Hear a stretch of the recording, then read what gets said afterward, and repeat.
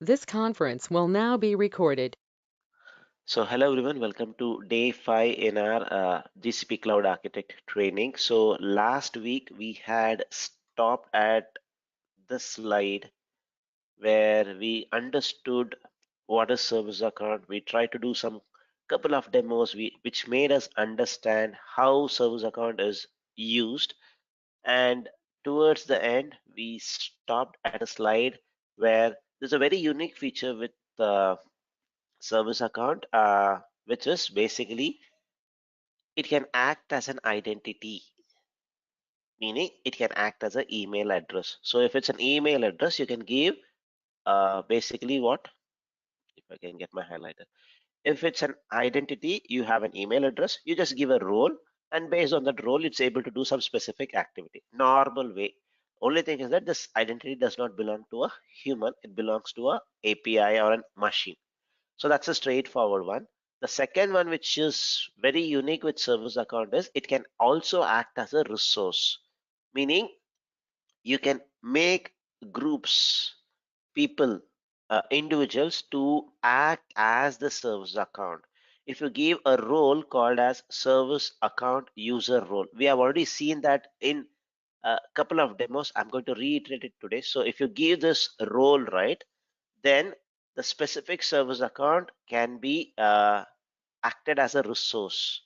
So if it's a resource, who is the identity? We are the identity. So you use a person to impersonate as a service account. So in that case, the service account is going to act as a resource basically. So these are two very unique features. So we have already seen how we give a service account a specific role, how it can leverage it. We have seen that. Today we will see the impersonation part, very important from the real implementation perspective.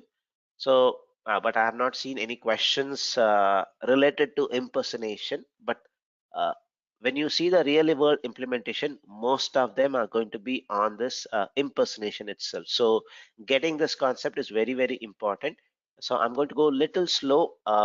Only when I get a confirmation that you are clear, I'm going to go with the next options. Okay. So, let's see how we can impersonate a service account. So there are three ways actually. I would say fourth way has been recently added, so I have not added that slide, but it's a recent one, um, which we will explore if possibility is there. Very recent one in Kubernetes. So we have not even started Kubernetes. So for now, I can keep it as three. So the first way to impersonate is when you want to deploy a job on Google Cloud, any Google Cloud services. It could be something like a compute engine, app engine, anything of that sort. So what you do basically is you basically run as the identity of the service account, and the user, which is you, me, must be granted act as permission. So this permission is available in one of the roles, which is service account user role. So just wanted to get a confirmation, folks, whether this statement is very clear for you people. So is there any confusion? So I want to run a job, meaning I'm in a virtual machine. From this virtual machine, I want to dump something into my Google Cloud storage. Now, if I were to do that, I have to basically run as the identity of the service account. What is the identity of the service account? Email address, which is going to end with @gserviceaccount.com. So I should run as that identity, and the user who's running this must be granted this role. Only then he can act as or impersonate as that service account. So this is what was very clearly mentioned in the previous slide. So if I just go to the previous slide, this bottom part. So if you were to impersonate, or if the service account has to act as a resource, basically you have to give this permission, and this permission exists in one of the roles, which is service account user. Okay, so is this clear, folks? If it's not clear, please let me know, and we are going to do a demonstration also, but the sentence itself needs to be very clear. So if you were to impersonate as a service account, you should get this role. Only then you can impersonate. So now what we'll do is, thanks for the clarification, and If you don't mention it, I'm going to take it for my advantage. It's clear. So fine. Now what we'll do is we'll do a demonstration, and we'll use the same user, Mahesh at the rate learn GCP, that stuff. Sure. Let me repeat it. So you have a job. You have a job which you need to execute, and assume this job is in a virtual machine. The job is you do some processing, do whatever you want. There's a specific task. Once you get a data, that data has to be copied into a Google Cloud storage bucket. Now you're doing everything in a virtual machine, and it has to dump the data into a Google Cloud storage stuff. So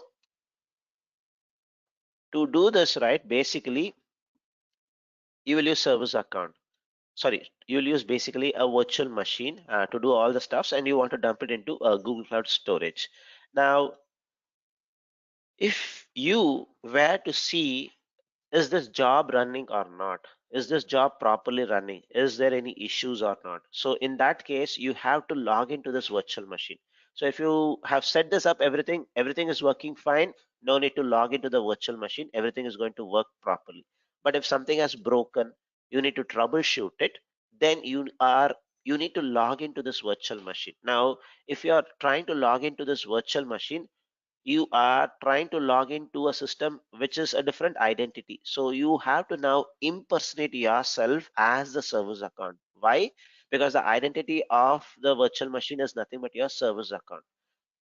So you have to impersonate yourself. Then only you will be able to log into this virtual machine. Then you can go and fix it.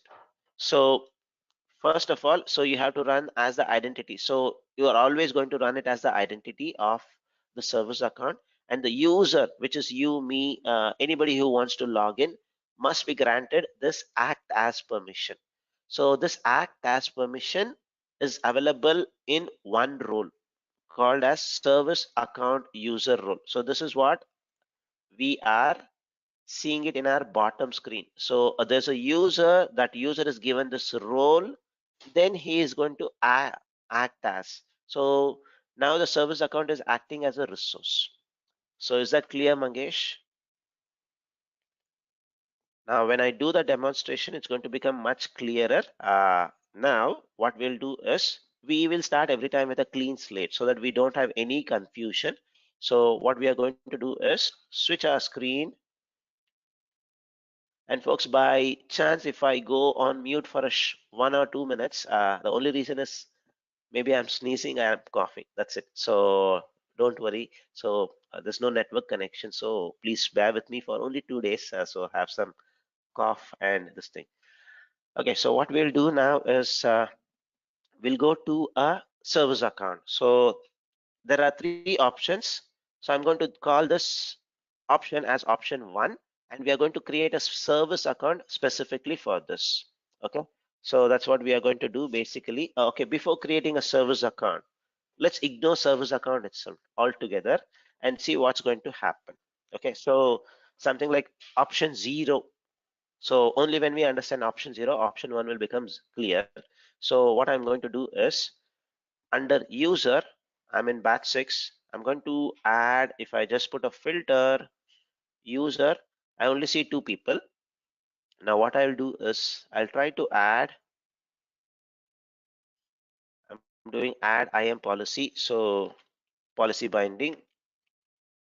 So GCP with Mahesh, done. Now last last week we tried with compute admin roles, so which was the fullest role which you can get with a for a virtual machine. So let's give slightly lower than that so that we understand the principle of least privilege. So go to our compute engine, and instead of compute admin, this is the superset. So the highest role which you can get for at a virtual machine is, or specifically for a virtual machine, is compute admin. Similarly, the highest role which you can get or at a project level is owner. So similarly, at a folder level, you have something called as folder admin. Similarly, at an org level, you have called as organization admin, but there is no super user. Please remember, there's no super user which you can give to somebody. Yes, this is a role. Take this. You are a super user for the entire GCP project or the entire GCP account. That's nothing like that. You have to, there are different levels at which you have to give. Now, I wanted to give him a compute admin for any virtual machine created in batch 6. So that's what I'm trying to do. So I don't want to give him full access. So I'm going to give slightly low level access called as compute instance admin. So where he's going to only do for the virtual machines, not for the network, all those things. If you are an admin, compute admin, you get access to networking also. I don't want him to touch the networking. So I'm going to use compute instance admin, full control to compute instance disk, all those things. Read access to only the networking resource. If you are an admin, full access. So let me give compute instance admin role. That's it. Save it. Now, if I put a filter one more time just to see whether it's coming up, it is showing up. Now, there's no servers account here, folks. There's no servers account. It's just a normal IAM policy binding, which I have done basically. Now, swap my screen to the Edge browser where I have logged in as this user. I'm just going to refresh it. Once I refresh it, I'll just go and check whether this user can create a virtual machine. So let's just check it out. And this is the most important part. So I'm going to go a little slow to make it very clear.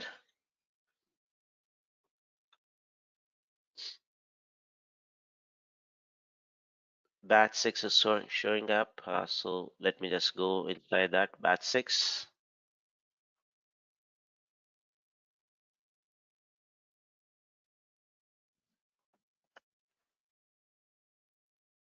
Okay, I'm in batch 6. Just to click on the profile, it is Mahesh, that same user.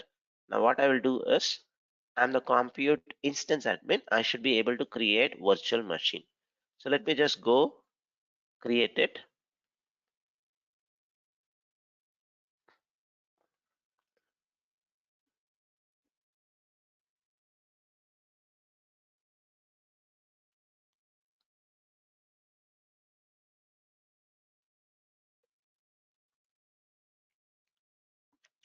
Let's create a virtual machine. And here is the trick. Now this user is just a compute instance admin. When you see the screen, you will see a warning message, which we have already seen in our last week's class. It's going to be a continuation, but I'll show you how I can fix it. So option 0, no impersonation.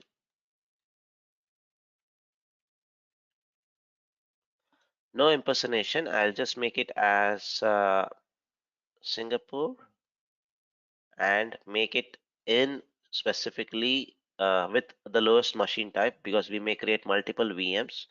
Now scroll down. You will get this warning message that you don't have permission to view the service accounts in batch 6, but it shows me the service account. This is a bug which I already showed you. Now to prove that it's really a bug, let me just launch it in a Cloud Shell. So all these things, only when you understand, you will be able to appreciate the impersonation part. So I hope till here it is clear. We are just trying to create a virtual machine. We are not even got into the service account impersonation part. Uh, let's just wait for the Cloud Shell. Now to see the list of service accounts, usually what we do is we run a command, and the command is going to be something like this: gcloud IAM service accounts list. If I do this right, it's going to show you don't have any access to read any service account, is what it shows. You see this? This user does not have permission to access batch 6 service account. Now, if I just copy this command just to show that whether this command is correct or not, I'll swap my screen to the owner screen, which is learn GCP. So let me launch my Cloud Shell. Here, if I run it, it's going to show me the service accounts which we have. So let me just show you that. Just to show you that the command is correct. We have two service accounts, basically. It should show those two service accounts.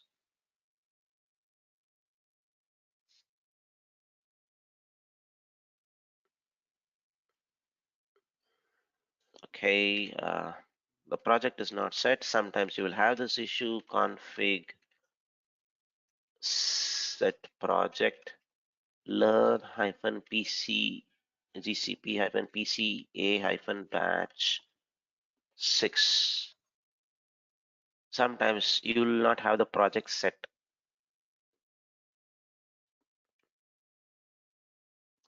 Uh, okay, sorry, there was a typo, hyphen batch 6.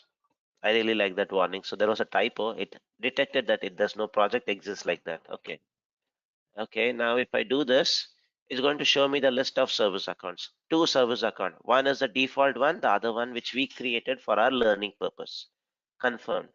Now it's now very clear in our Edge browser, even though it is showing that default service account, it shows you don't have permission. So this is a bug. Maybe Google can fix it. If you want, you can file a bug request. Um, if they fix it, it's good. Otherwise, it's okay. From the terminal, it's not able to show. Okay. Now, what I'm going to do is if I just leave it like this, if I just leave it like this and create it, we are going to get an error. So saying that, let me show you that stuff. So because I cannot even read the service account details with this user, I'll not be able to create a virtual machine. It's going to throw me an error that this user does not have act as permission. Let's just see.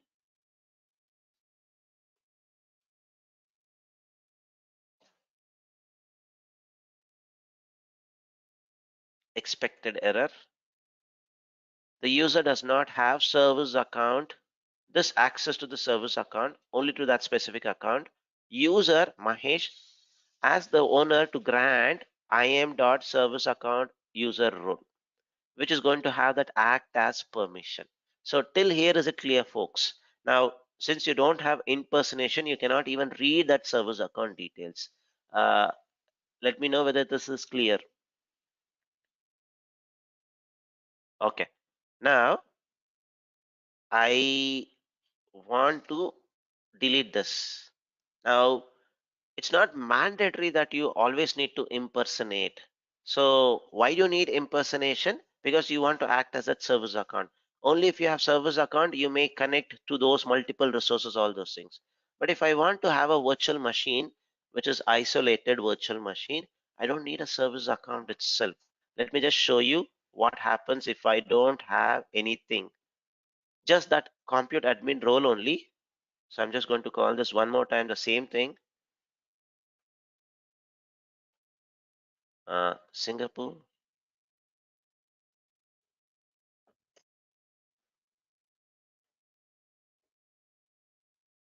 F1 micro. What I will do is I'll say, okay, I don't want a service account itself. Make it no. When I do this, I should not have any problem. So what's the command line equivalent of this? If I don't want any service account, so let me just zoom this for a better view. So no service account, no scope. This is an isolated virtual machine. So basically it's going to just run uh, and in an isolation mode. It's not going to connect to any GCP resources. So let me create it. This time it's going to work because there's no need of any impersonation. So Mahesh is going to create this. He has the right access to create it. Now he should be able to SSH into it also. But from this virtual machine, he cannot connect to any resources, basically.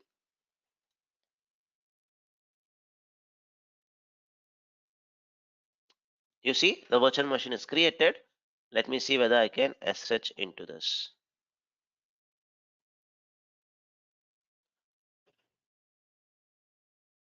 We'll talk about what is IAP at a later point of time.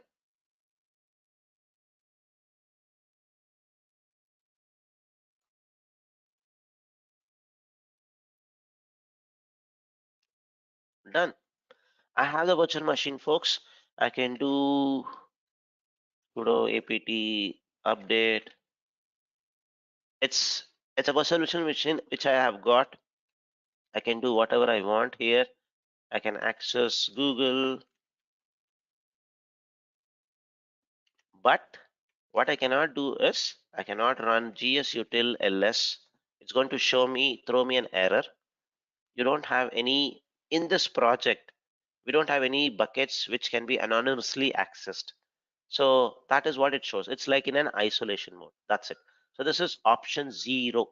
Now, what I will do is I want to access from this virtual machine. From this virtual machine, I want to access others' resources. So two services, when they come into picture, it has to be basically service account. Now, if I just do gcloud auth list, it's going to show there's no credentials because this virtual machine does not have any service account. So is this part clear, folks? No impersonation. You don't need to have that role itself. You as an individual does not need to act as. That permission is not required. So if this is clear, what I will do is I will go to the actual option. So let me just remove these stuffs. Machine type.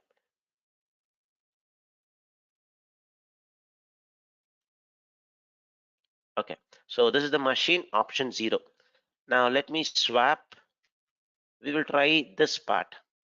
Now I want this user to act as. So what I will do is the user must be granted this role. That is what the error message also showed us when we did. Mahesh, The one small user, question. yeah. Mahesh, is it can you show me try to create a bucket from screen once, please? Trying to create a bucket. Okay, we'll do it from the service account itself. When we create a virtual machine, I'll do it and gsutil mv. Okay. I'll do that. Okay. Once we have this impersonation, we will do that itself. Maybe that itself as a task. So now what we'll do is basically switch. This has to be fulfilled. We have to fulfill this. The user does not have the service account. So either I can give something like this. What I'll do is I'll go back. If I give this user here, add this role, that role is that, what is that role? Basically, service account. Why don't I search for it, folks? 1 minute. If I search for, what was that mentioned in the slide? im.serviceaccounts.act as. Folks, still you have a question?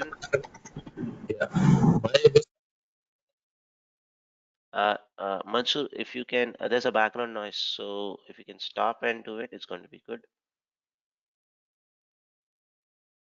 You can unmute, you can then talk.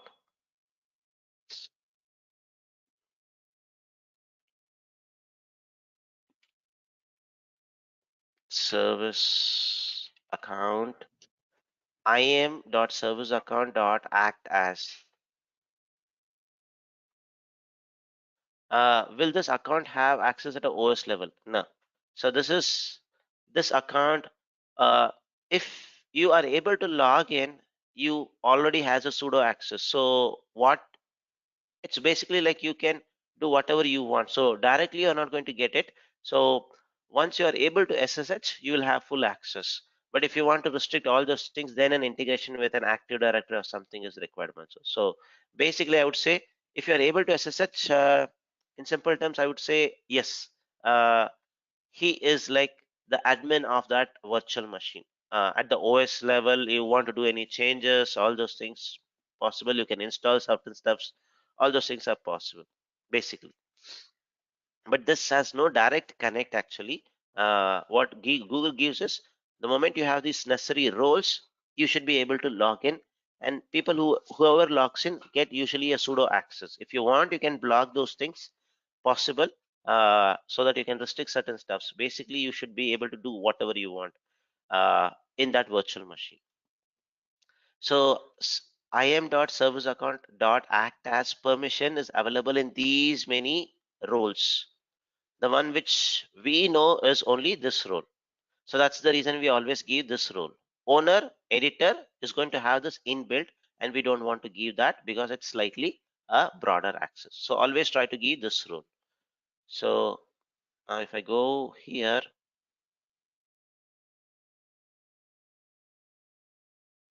so click on this user.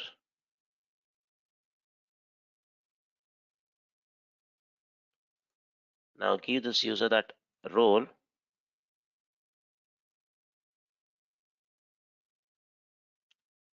Service account user, run options, run operations as a service account. Done.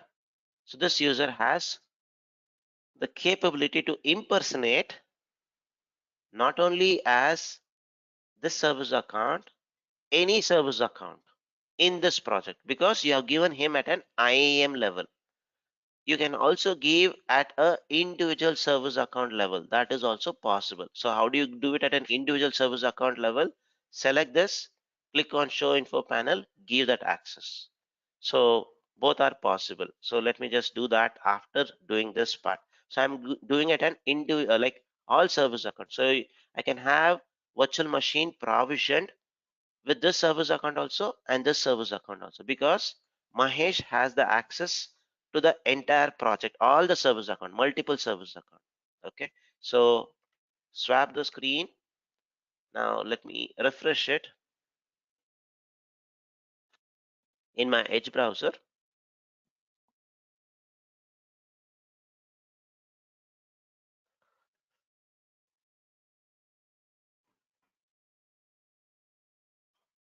By the time this comes up, let me just give this user compute admin role also, so that I can show how one can create a bucket from command line, which was one of the questions. So if I just go to storage, not required for this demonstration, but you asked this, so I'm just going to just create that storage.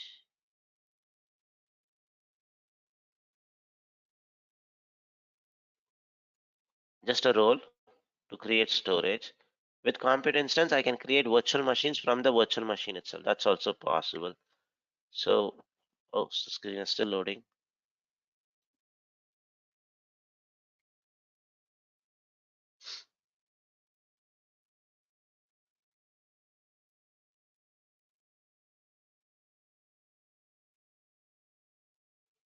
Now, if I launch my Cloud Shell and run the same command, it should be able to list all my service accounts. Basically, it should be able to list all my service accounts, because I have been given that role. So now let me just launch my Cloud Shell just to show whether I can have that stuff. And parallelly, I'll try to click on create instance. Now the warning message should also have gone, and I should be able to create it with any of those two service accounts.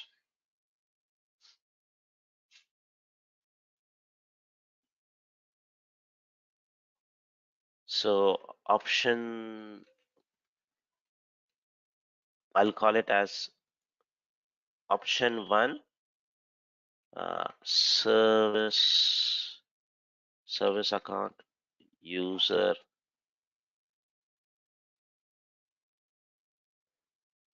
service account user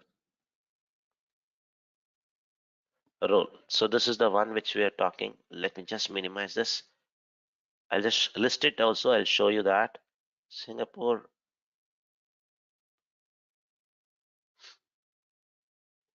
And we have a better way of doing this templates. We'll look into that at a later point of time.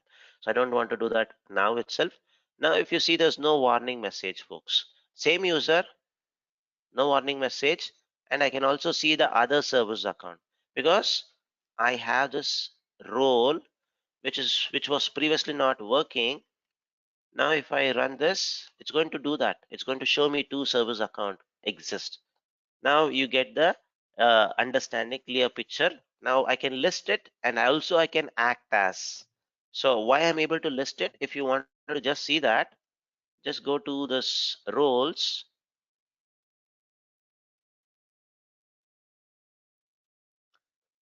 So if you search for service account act, okay, service account user, this role has around 5 permissions if I'm not wrong. One of the permission is to act as, and it is also having this permission to list all the service accounts, and because of which only I'm able to list it. Hope this is making sense, folks. Now I can impersonate as any of these 2 service account, or if in future if some new service account is also added, I can impersonate it. That is possible. Now if I just click on this command line, I should get the equivalent is, zoom this for a better view. So it's going to be service account, the default one. The scope is the default scope. Some read access to storage bucket and write access to some logging stuffs. So that's what it shows. Now let's create it. It's going to work. That was the same error which we got. You don't have act as, get it. Now we have got it. We should have our virtual machine created. No problem. And we should be able to SSH also. Now let me SSH and create a virtual machine.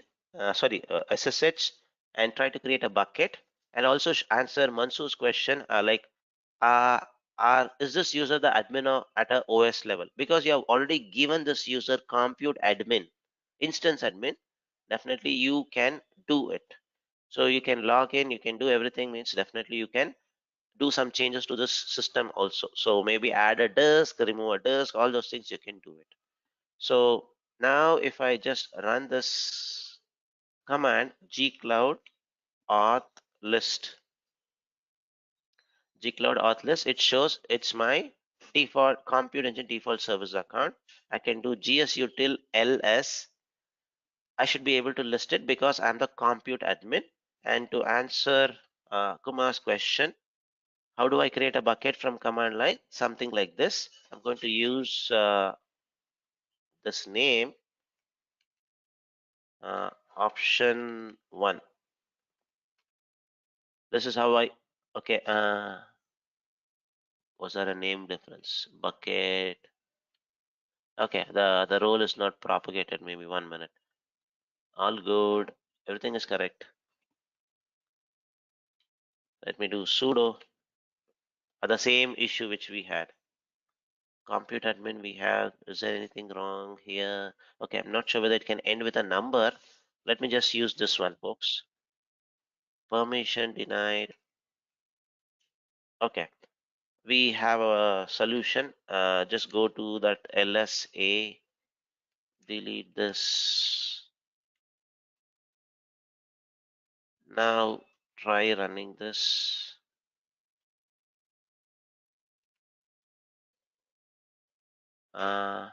What's the issue? Should be good. Let me just see what is the role. Oh, okay. Give the I understood. we did not give Yeah, the go ahead. storage, right? Storage Sorry. admin. We gave only compute permissions, but we did not Okay. give the storage, Okay.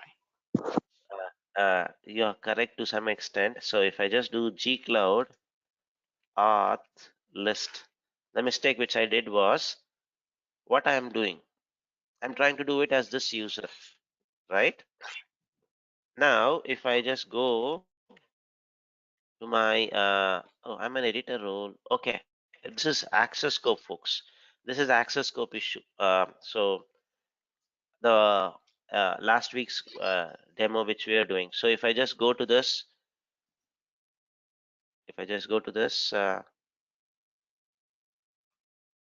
I forgot to give the full access there. So Yeah, read write yeah. access. Yeah, so I made that mistake. So if I just go here, I did not focus much there. So here, storage is read only. That's the reason I'm not able to get it. So maybe in the next demo, I'll show you. Okay, so this is the command to do it, Kumar. But why it did not work here is because we are using default service account. When you use default service account, it's going to use always access scope. And if you use access scope, you should make sure you turn this on. So that was a mistake which I did. Sorry, let me just stop this, maybe stop it and do this. We should have that. And I guess I made a mistake here also. The role does not read, Mahesh does not require storage admin role. He does not need anything actually. Just a compute is good enough. Storage, because you are going to create it from the virtual machine. If you are going to create, Mahesh does not need compute admin. The service account should have the compute admin role. Remember it. So let me just do this one more time, folks. Storage admin. Now, if I directly go to the console and do it, then I need storage admin role. But if I'm doing it via the virtual machine, anyway, the service account is having editor role. I can use that role itself and do it. Is that clear, folks? We'll just fix it. But this user does not need to have storage admin role. So he should be able to just create everything via the service account itself. So I have stopped it, edit this virtual machine.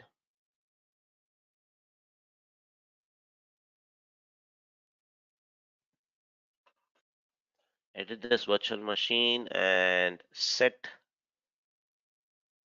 storage. I'll give full access.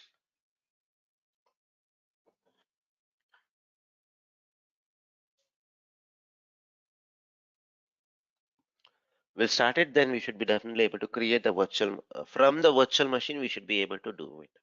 So it's just the context from where you are trying to do. If you're directly doing it in the console, you should get admin access, storage admin access. If you're doing it via a virtual machine, what is the identity of the virtual machine? That identity should have storage admin access, basically. So start this. And this is going to be a longer demo, I would say. But once you get this clear, it's going to it becomes so easy. Whenever somebody gives service account user role, why they are giving it, you will have that very clear clarity there. So full access we are given, so definitely we should be able to connect to that and create a virtual machine, create a bucket.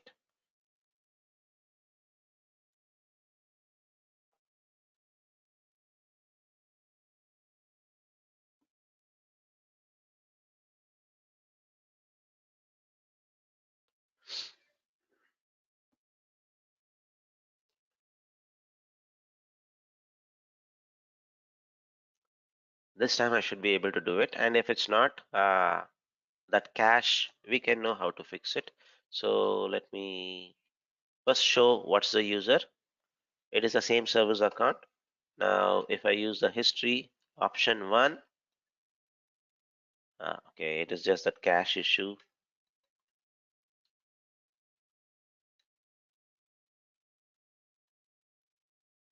Remove this cache. So those whose credentials which is there is not there. Now give a try, should work. Done, work.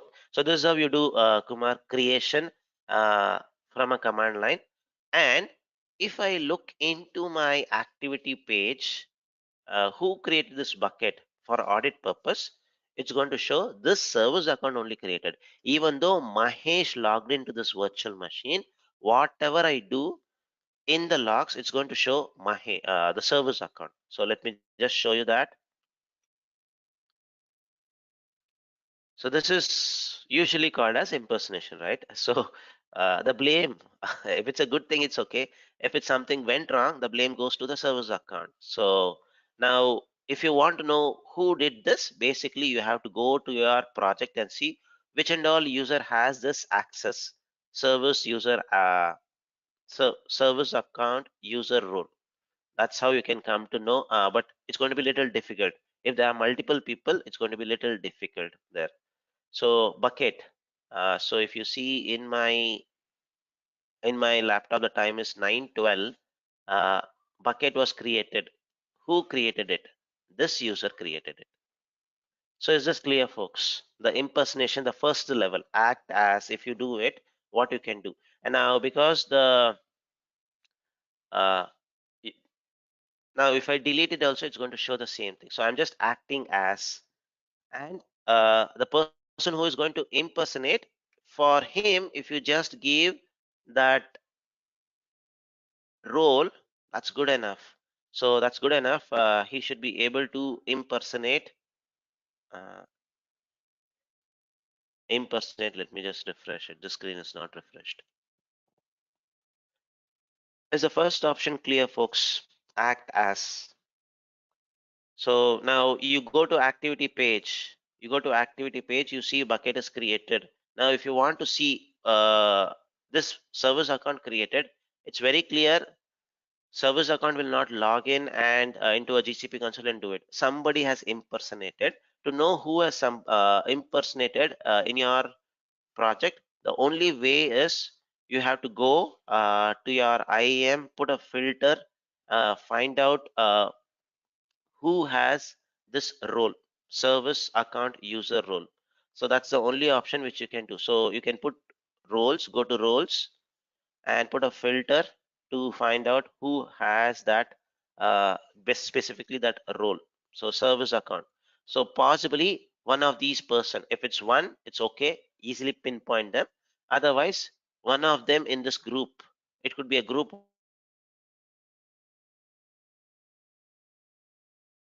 So one of them in this group or in this list has created the virtual machine is what you will get, but you cannot pinpoint and say uh, if it's a group, folks. So is this part clear, folks? First of all, so it's a security issue. No, you have granted them, right? You yourself granted them act as. Now, before granting somebody this act as impersonation, you do the due diligence. You do the due diligence that you should give them the access to act as. So we gave it. Now, if something goes wrong, we take the responsibility. So don't give everybody act as permission or service account user role. Only when there's a need required, give it. Otherwise, don't give it. Now I can block everybody, so I don't need to do it. So yes, it cannot capture it. Yes, the stack driver logging is not does not going to capture it. So that's made it very clear. So if you act as, nothing can be done basically. So this is the first option, folks. Now to answer Mansoor question, I'm logged into this virtual machine, so I can just do whatever I want. I can add a disk, remove disk, all those things, increase all those things by just doing a sudo. Now I became a root user. If I'm a root user, I can do whatever I want in, right? It's like an administrator in your Windows. So possible to do. So you're basically going to be a root user. So let me just close this part. Oh, sorry.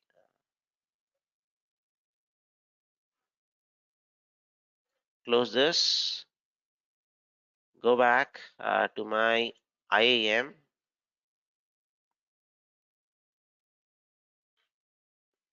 And I just wanted to show you all the good things, the bad things, so that you decide which one is going to be a good option. Okay. So that's the first option, folks. I understand it's clear. If it's not clear, let me know. Without this, we'll not proceed further. So it's going to be little too many times asking whether it is clear or not, but just wanted to get that stuff very clear from your side so that things are very good. This option is it clear, folks? Yes, no,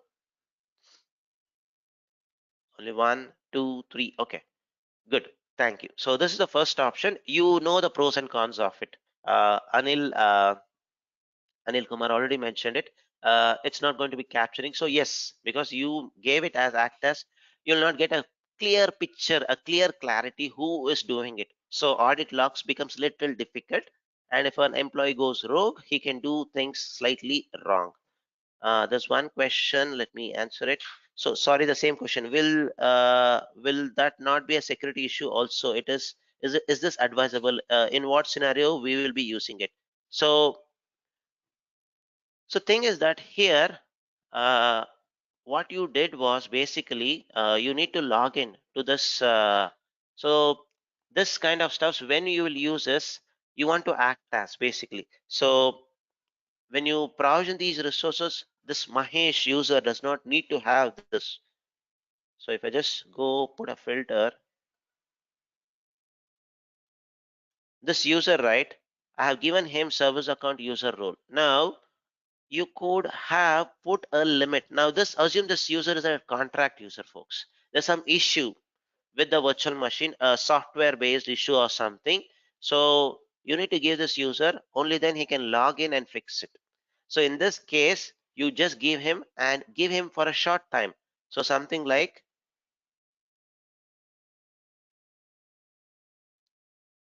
you can put a condition.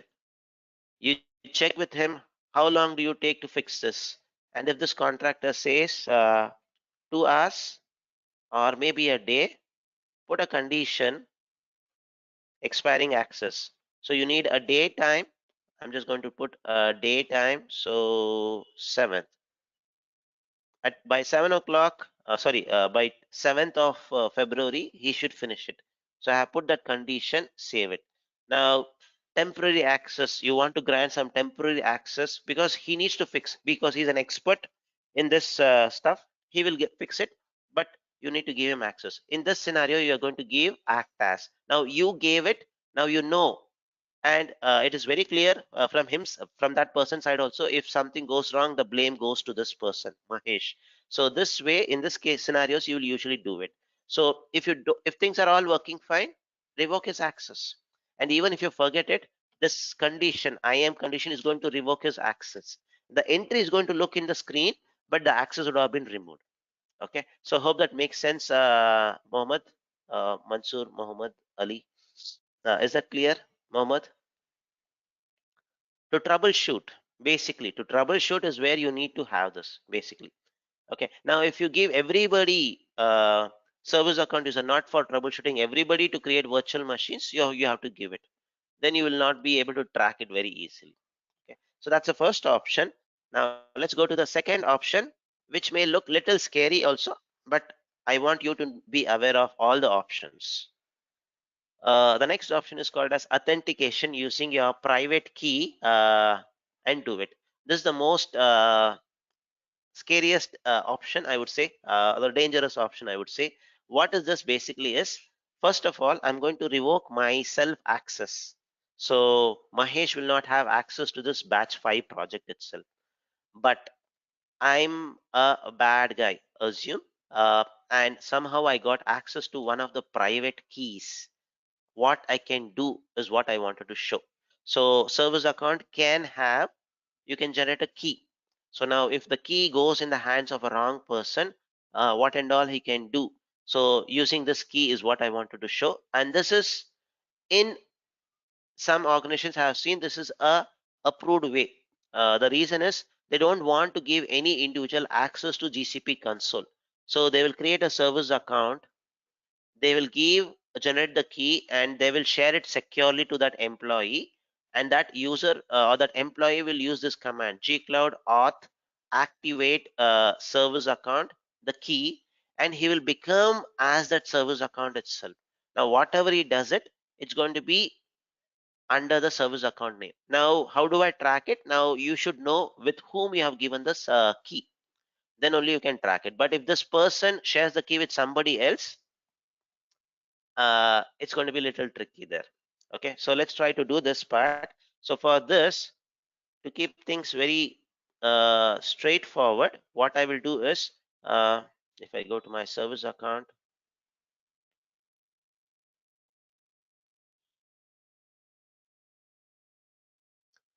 we'll create a new service account. We'll create a new service account. We'll call it as option 2.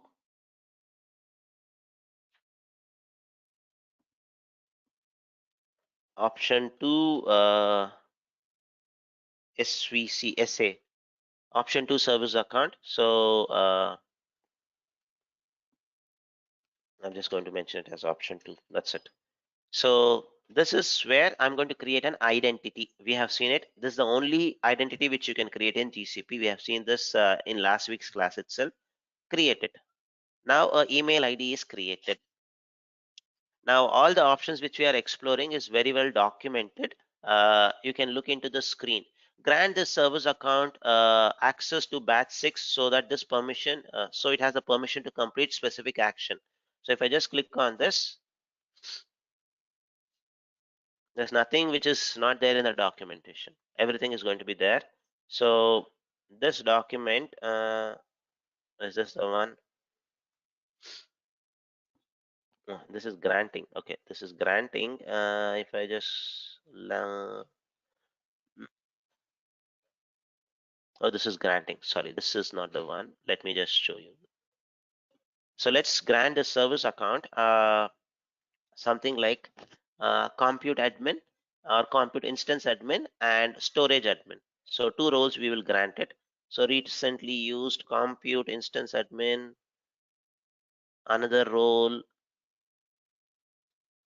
I can just use recently used one, storage admin. Two roles has been granted. Continue.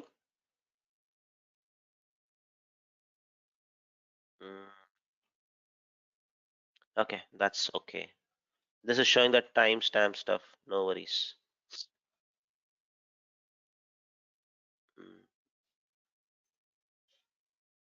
Continue. Now, the first option created an account. Second, granted a couple of roles. And the last one is grant user to the service account. So this is where you are talking about impersonation. So if I just click on this, it's going to show you those impersonation options which we are talking. The first way, managing use service account impersonation. What are the ways? The first option we already explored it. Just give service account user role, you'll be able to do impersonation. The second one is not there here. They removed it. Actually, it was there. They removed it. This is our third option. And there's a fourth option which was recently added only for Kubernetes. So we'll not discuss this at this point of time. So these are the options. So for your reference, you can keep it if you want. These are good materials.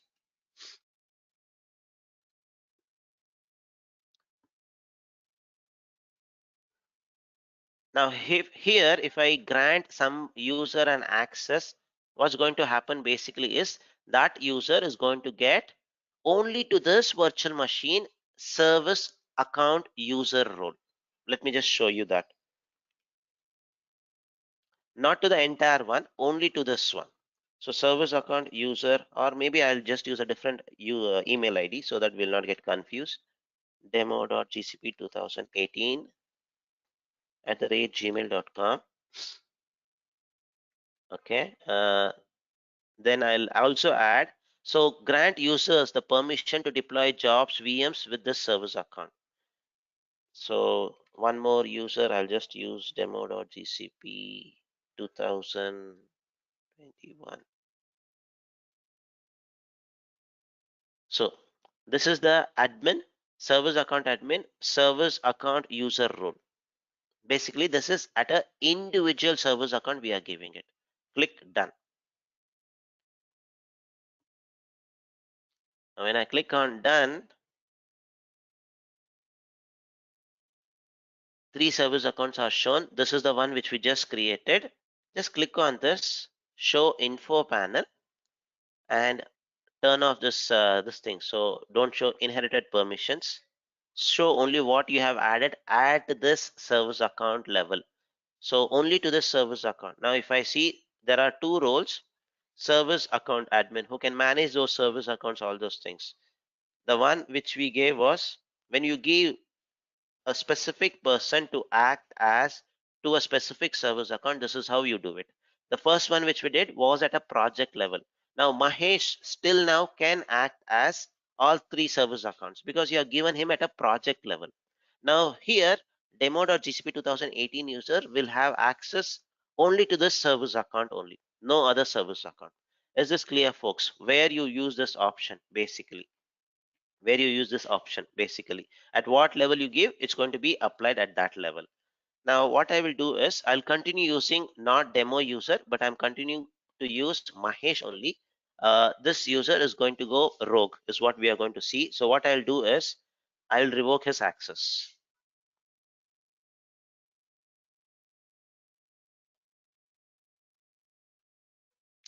It's okay. I'm just going to remove it. User removed, nothing is there. So it's in front of you. I have removed this user. So I can just go put a filter. Nothing is there. I can also swap my screen, refresh it.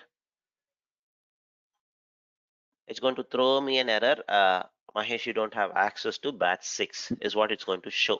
So let's check it out. It should throw because I don't have a single access. Definitely it should show an error. Now, but even if I don't have any access, how can I create VMs is what I wanted to show basically, or buckets. So let me just show you that.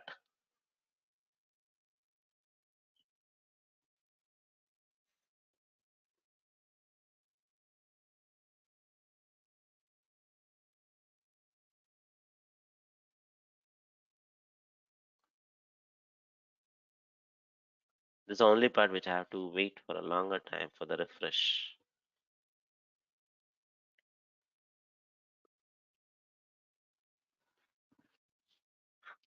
It should not show it. I'm just going to refresh it one more time. Maybe the propagation is taking time. So hope I have not given anywhere. Yes, I have not given it anywhere.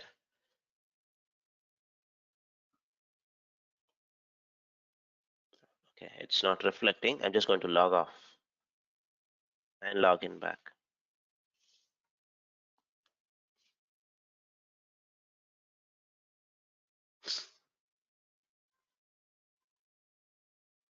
So let me log in.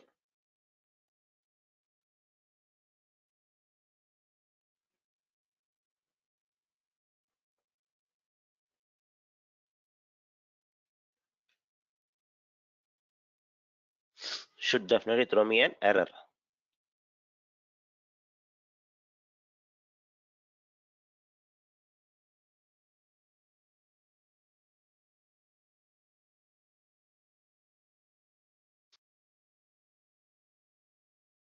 Looks like it is showing. Okay, awesome. I don't have access permission. Now, forgot about the compute engine section. I don't have access to the project also. So that's what it indicates. Now let's just see it in the home screen. It should redirect me to show, folk, you don't have a person, sorry, you don't have access to this project. So is this part clear, folks? Mahesh does not have access to this project. I can just show this user. Uh, Till now it's clear. Okay, thanks for the confirmation. Now what we'll do is, before, I just wanted to show you the pros and cons of everything.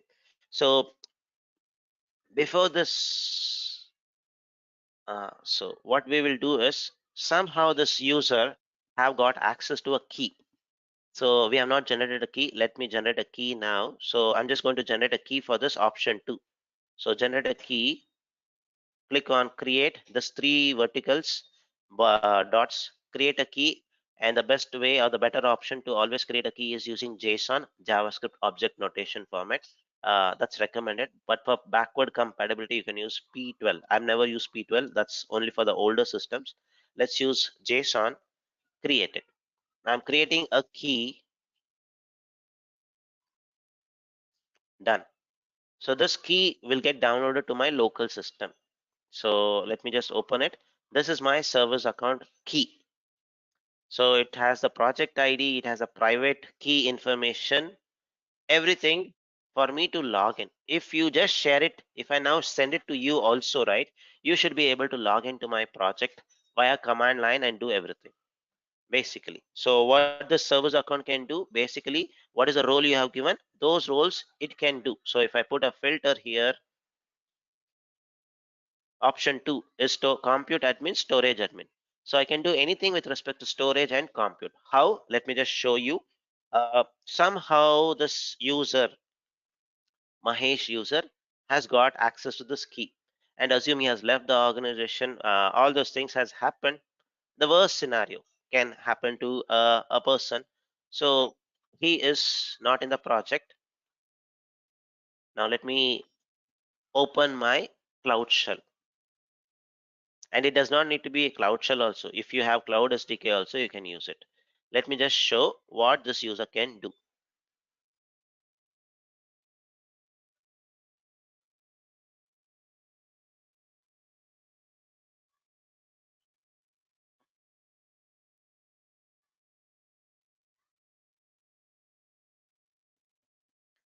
Now it shows my project because it was there in my browser. It is showing me that. So I'm going to unset this also. Gcloud config unset project, so that I'm not set with any project. So it's going to have no project set. Okay, this is the case. Now I don't know how this user got the key. Somehow he has got the key through whatever the medium. Now let's assume what is that medium? You can think of it. Somehow you have got it.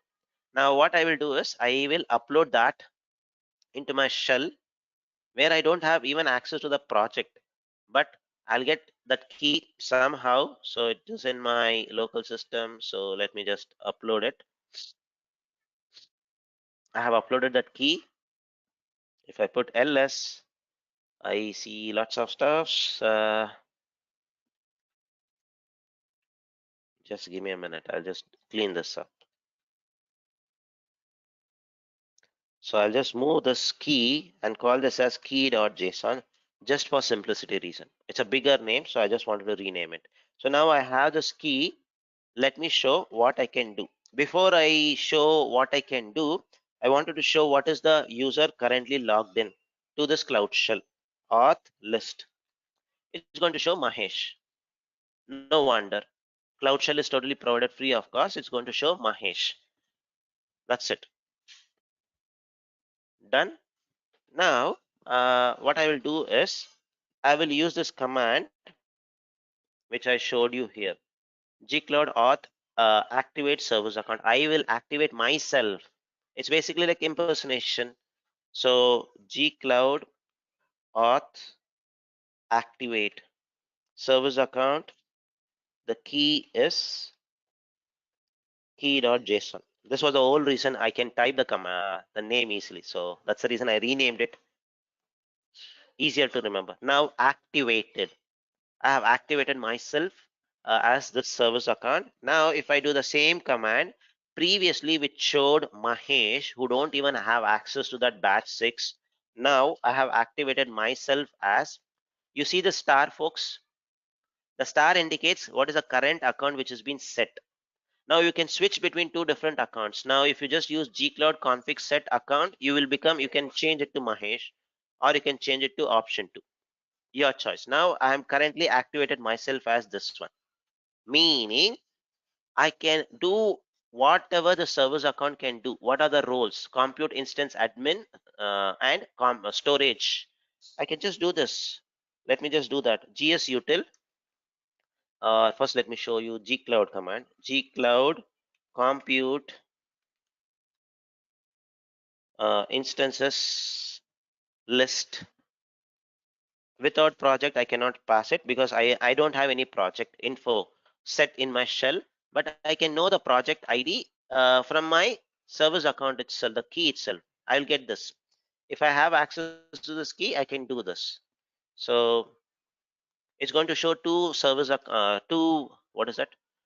Two virtual machines are there, which we created. It's going to take time to get it, but it's going to get it.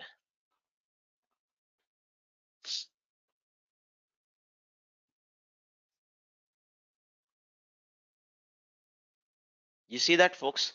A person who does not have access to the project, but just with the key, he got impersonated or activated himself as that service account. He's able to list the VM. It's not only listing it. I can go also create a virtual machine also. Let me just show how I can create a virtual machine. Now, if he just puts this one,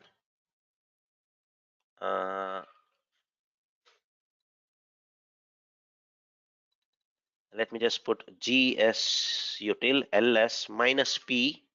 This is how you should pass the parameter if it's gsutil. Let's see whether it can show the buckets, listing it. It is listing it. Now, can I do gcloud IAM service account list the project? I have to mention the project.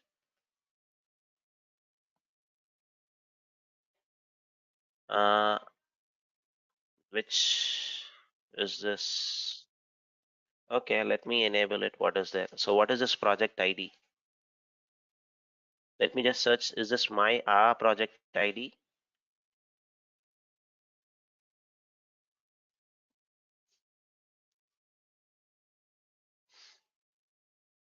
Dashboard.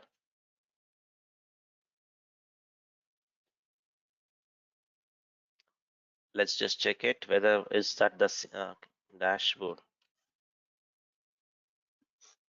Okay, this is our batch six only. So it is saying some API is not enabled. It's okay. Let's enable it and see whether we can enable it first of all or not. Enabling IAM. So you don't have permission. So I cannot list my service account. Why? Because I don't have that enough role given to this service account. This service account has basically what? The service account basically has two roles only, compute and storage admin. So if I put filter, this has only these two roles. With respect to virtual machine, I can do it. With respect to storage, I can give it, but not to a service account. Is this part clear, folks? So if I had also added that service account user role, right, it's going to be the most deadliest combination. I can do everything there. So I can list the service account, do everything. Fortunately, we have not done that. That's fine.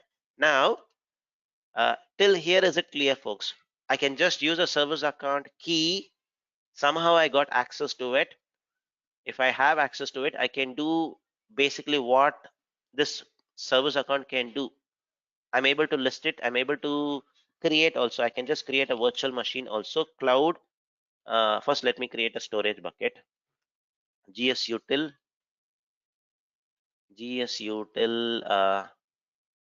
make bucket gs://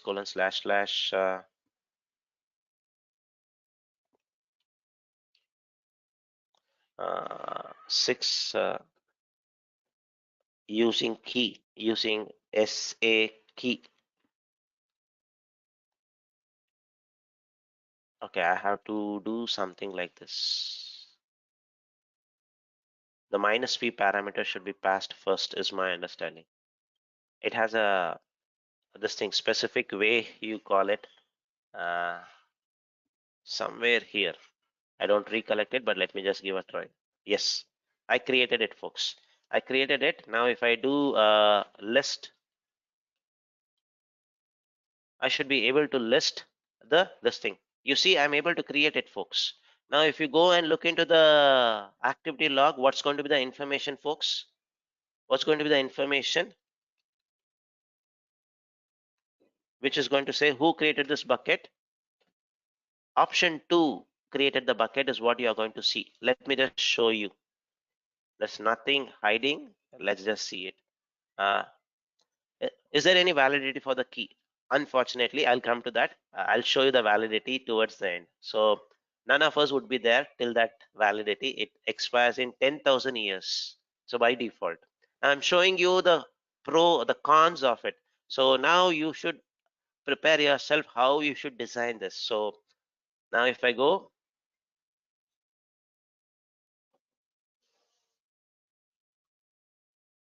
to my activity, it should show option 2 only created a bucket. You see this at 9:40. So my time currently is 9:42. Option 2, what it did create? It created a bucket with this name.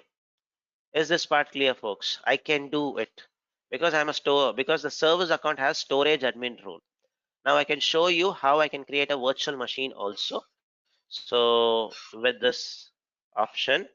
So for this, I need a small support for this beta command.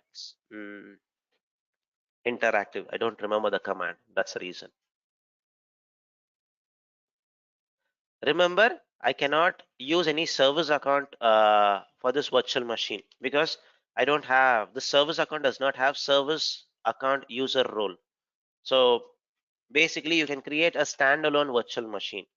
Compute instances, create hack or option.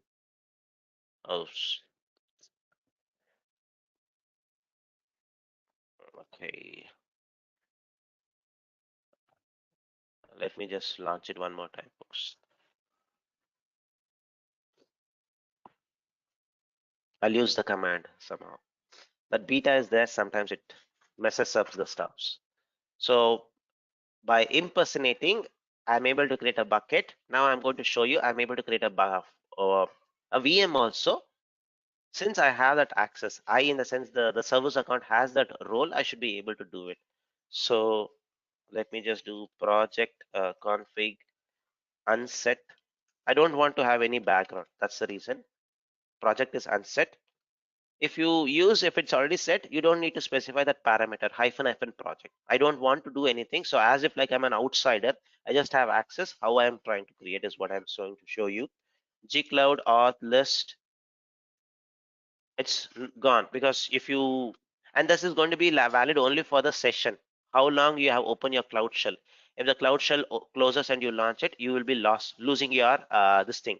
But if you have the key and the key is not deleted by the admins, I can still use this key and activate it n number of times. Activate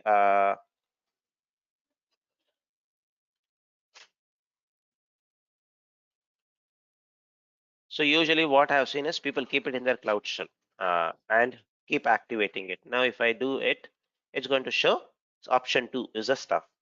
Now what I will do is gcloud compute instances create option. What was the option which we had?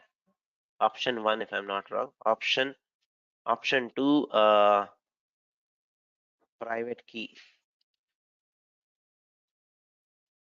Private SA key. The zone where you want to mention provision it.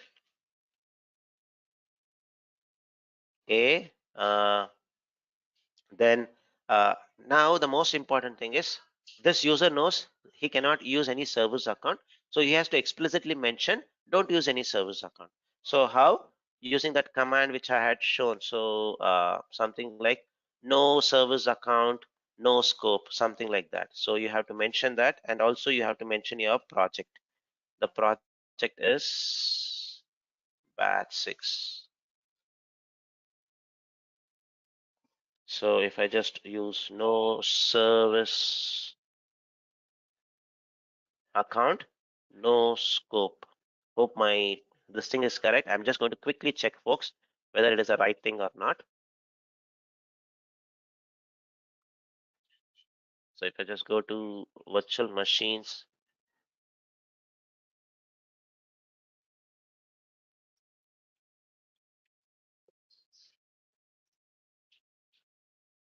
just wanted to get that syntax.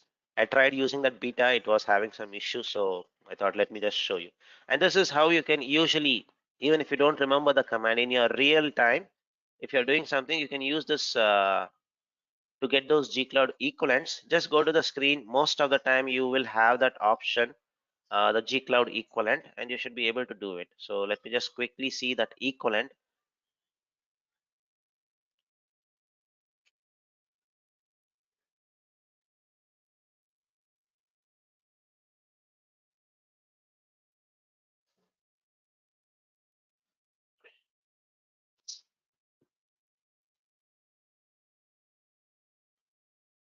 Yeah, so if I just say no service account,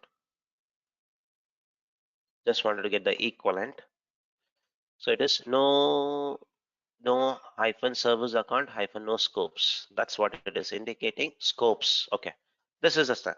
If I do this, I should be able to create a virtual machine called as option 2 in this project using that servers account. Let's see what we can do. We should be able to do it.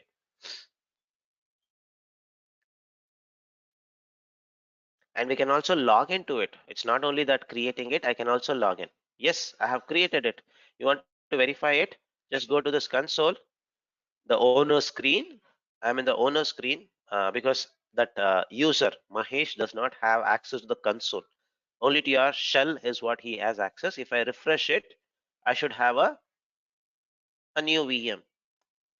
If I look into my activity page, it's going to show who created it. That is, the service account only created is what it's going to show. So if I look into the activity page, VM created recently, and the VM was created by this service account is what it's going to show.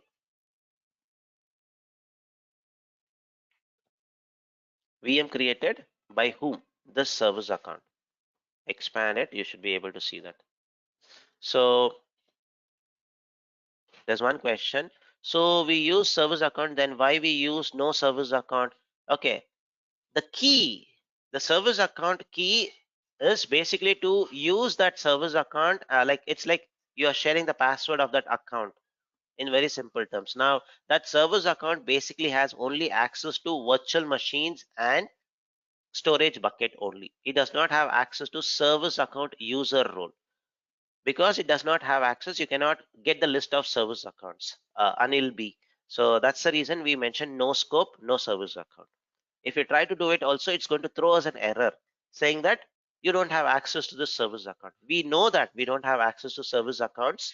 We have access only to create a virtual machine without any service accounts, and we can create buckets.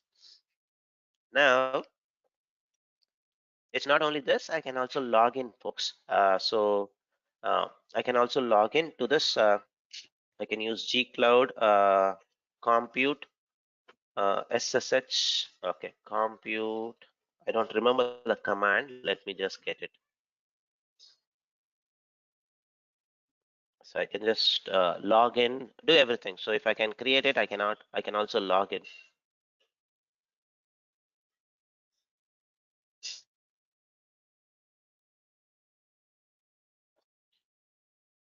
You see, this user has only two roles. It does not have service account user role to act as.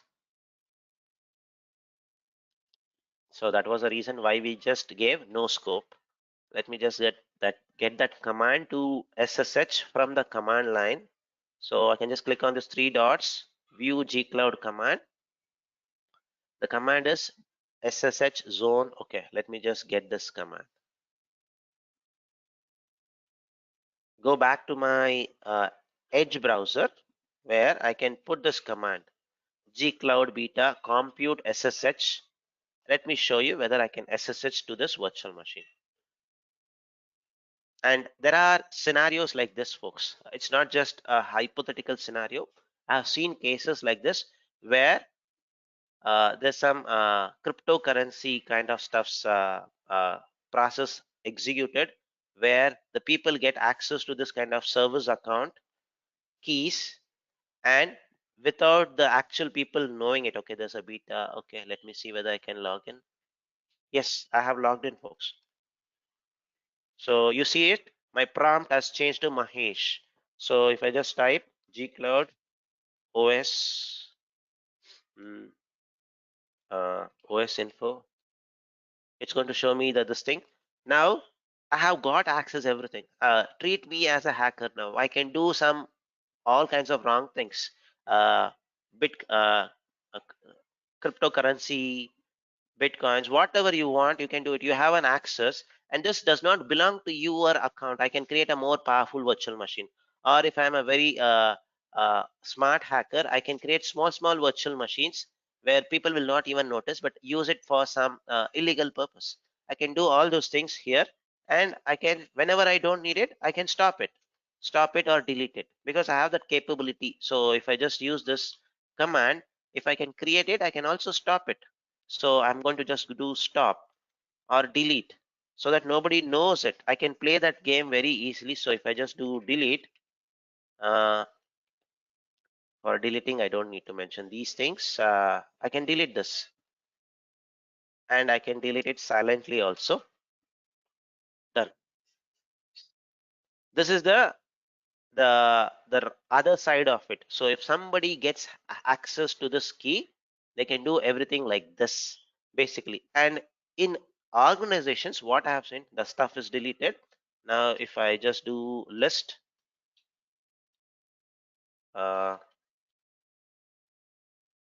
list my projects, list my compute engine, it's going to show only 2. So this is the other side. If an employee goes rogue and he does this, or if it's an hacker who got access to it. So this is one of the main reasons why Google says don't keep your service account keys in a GitHub repository, which is publicly accessible. You would have heard of stories where hackers scan for GitHub for any private information. It could be a database password, credentials, it could be service accounts like this. So when you have this kind of stuff, keep it in a secure place, not in a repository. This could be also a possible question which you can get, where you should keep the private key, not in a repository. So you have to use something called as a vault, which we'll talk at a later point of time. So you have an option in GCP called as secret manager, which is recently added. So you may not get questions on it, but if you want to be aware of it, use this one. So secret manager, you should keep all your private information. It's KMS is for only your encryption key, only for your encryption keys. Secret manager, I can keep anything. I can keep any sensitive information. It could be a database connection string.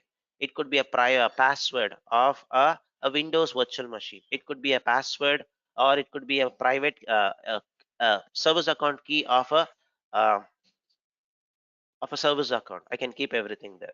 So we saw the other side of it. Now, what I have seen in some organizations, right? Um, they don't give access to the employees to the GCP console. Maybe this person is working in a service-based organization. They have such restrictions, or the customer requirement is like that. So what they do is they only share the key with a person. So it's going to be something like this. If I just go to my, now I go to my, you see this, why I'm not seeing a key here. Okay, I have to see it here. What people usually do in organization, right? This has to be done manually, folks. There's no system in GCP to do this. So key ID person uh, with which it has been shared. So this is the key ID. You see this? This is the key ID. Now you shared it with what? With which person? You make a note of it in some system, as simple as a Excel sheet. Mahesh. Now you can create 10 keys is what I mentioned, right? You may use this as a this thing here. Now I create one more key.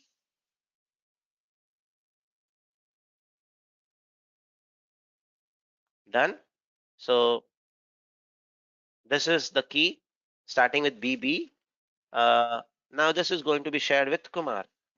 So Mahesh Kumar. So you are, or maybe I can do it as user 1, user 2.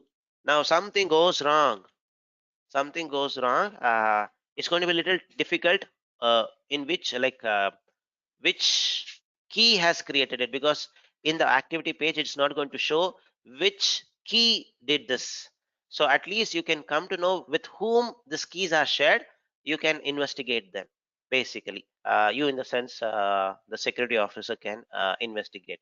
So that's going to be the option. And to answer, there was a question, what is the validity of this? So if I just go to this service account, you'll be surprised to see the validity.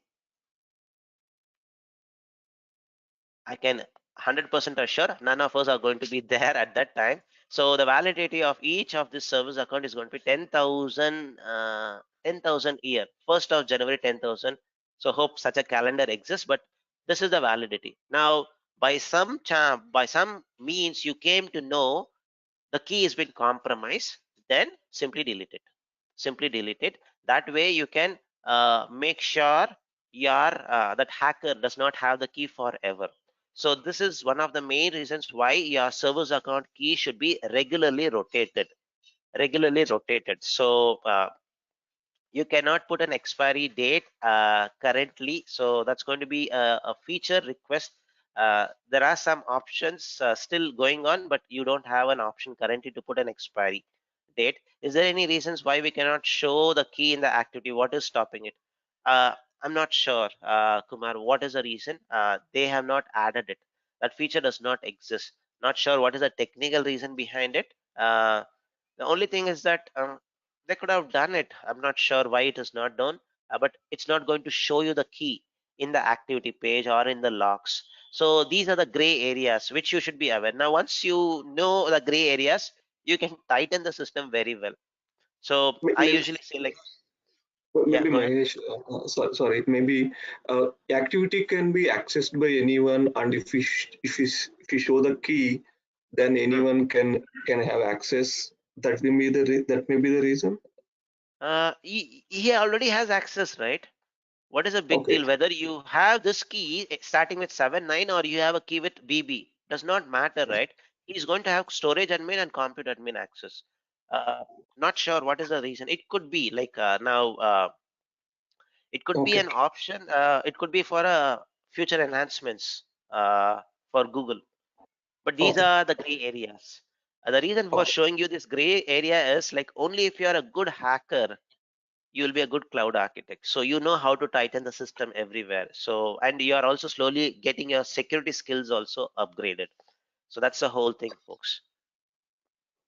All right, now okay, I did not even see my time. Okay, so we saw the stuffs, two options. The last option is something called as authorization using cloud IAM policies, where you're going to use a specific role called as service account token creator. I would call this as the true impersonation. The reason is every time you run a command, you have to mention a specifier or a flag called as impersonate service account, and this can be easily tracked.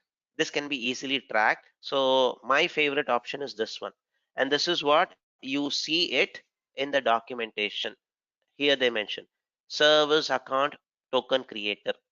So where you can create a token and use that, and you don't need to physically create a token. It's going to be OAuth, uh, JSON web token. So using that, you will be able to impersonate it, and everything is going to be logged basically. So that's going to be the better way. So we will see how to do this after taking a break, and then we'll explore this. And this is my favorite option, easily trackable. So take a break and come back, folks. Then we'll do this demonstration. Let me stop the recording.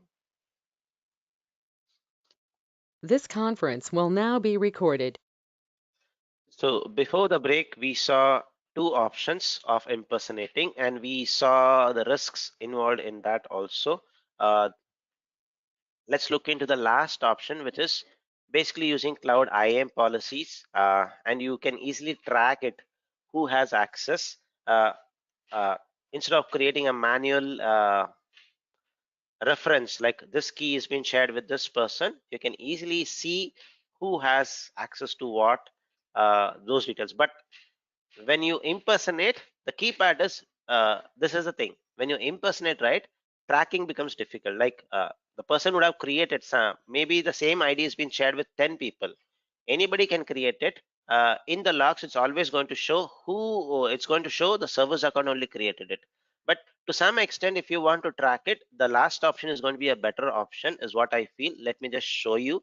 Let's use the same process where we create a brand new service account and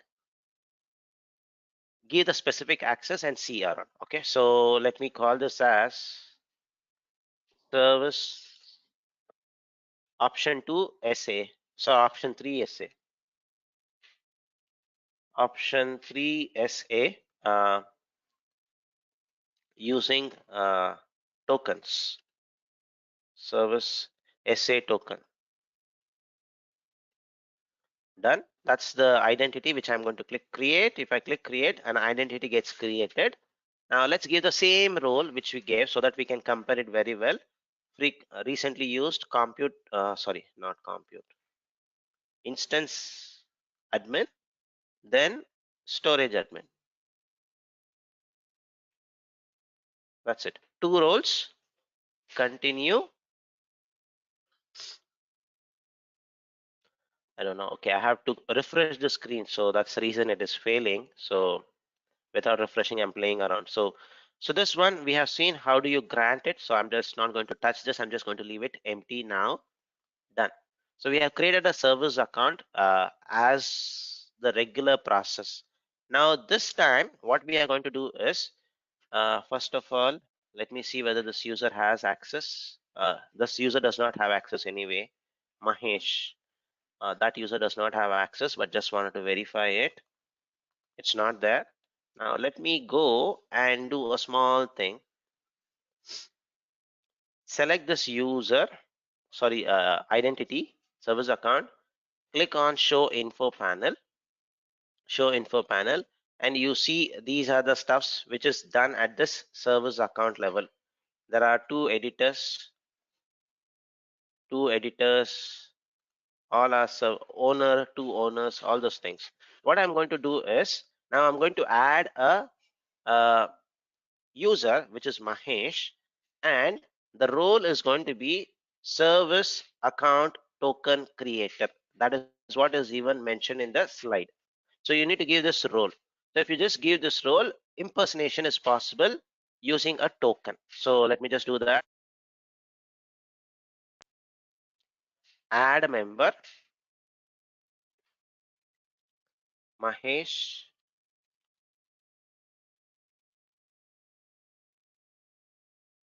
This user. Now what I'll do is go to service account token creator, impersonate service account using JWT, JSON web token. So give that role, and if you feel he has to impersonate only for 30 minutes, put a condition. So let's put a condition, uh, revoke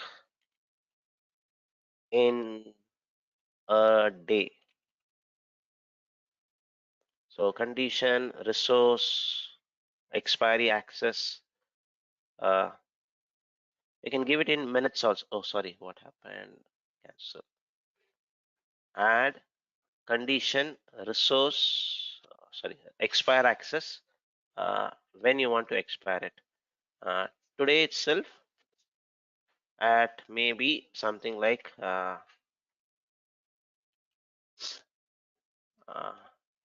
what's the time now?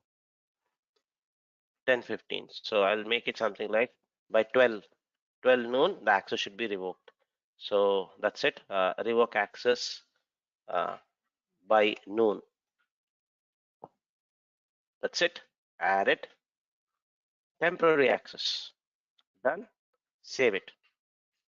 Treat this user as a contractor who has just came to fix something in this virtual machine. Done. Now I can easily see who has been given access, what, at what time, all those details are going to be captured. Now what I will do is swap my screen to my edge. I'm just going to close this, refresh it. Still now I don't have access to the project because what I have as Mahesh is only the token creator role for a specific service account only. So I don't have access to project. So that's the reason you still see that issue. But I can use that impersonate or that service account which I created and show, get the details. Get the details. How? Let me just show you by, and all these things can be done via terminal only. So that's where the terminal becomes very powerful. So it's going to be for power users basically. So when you are using learning, it's going to be UI is going to be good, but when you become a power user, so it's going to be a easy option is with your cloud terminal, either Cloud Shell or install it on your laptop, your Cloud SDK, use your laptop. So I can uncheck this so that we do the demo in a consistent way. Project. So gcloud compute. First show who is the user, gcloud auth list.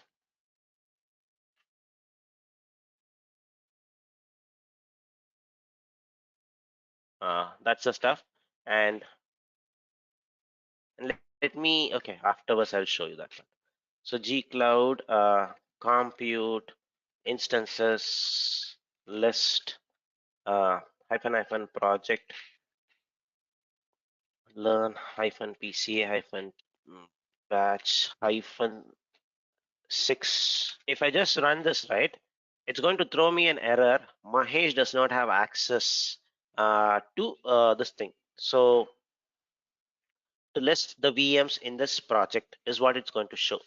But if I send a couple of extra parameters, it's going to start working. What are those things? Let me just show you once we get an error.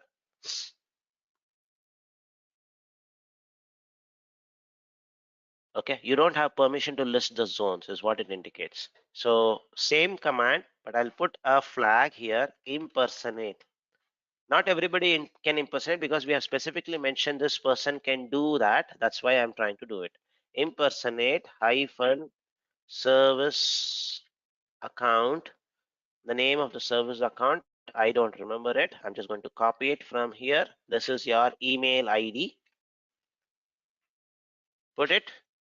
Then that's it. You just need to mention this stuff. So impersonate service account. Now when I hit enter, it's going to show me a warning. All these things are going to be logged under the service account only, very clearly mentioning. Everything is going to be logged as a service account. Now it's going to show me the list of VMs. List of VMs. It is showing. Now, who listed it? Who created it? Again, that information will not be captured. It's going to show every information as this service account only created it. Now, if you want to backtrack who could have done is, what you can do is go to your activity page, see who was added recently, do some correlation and get.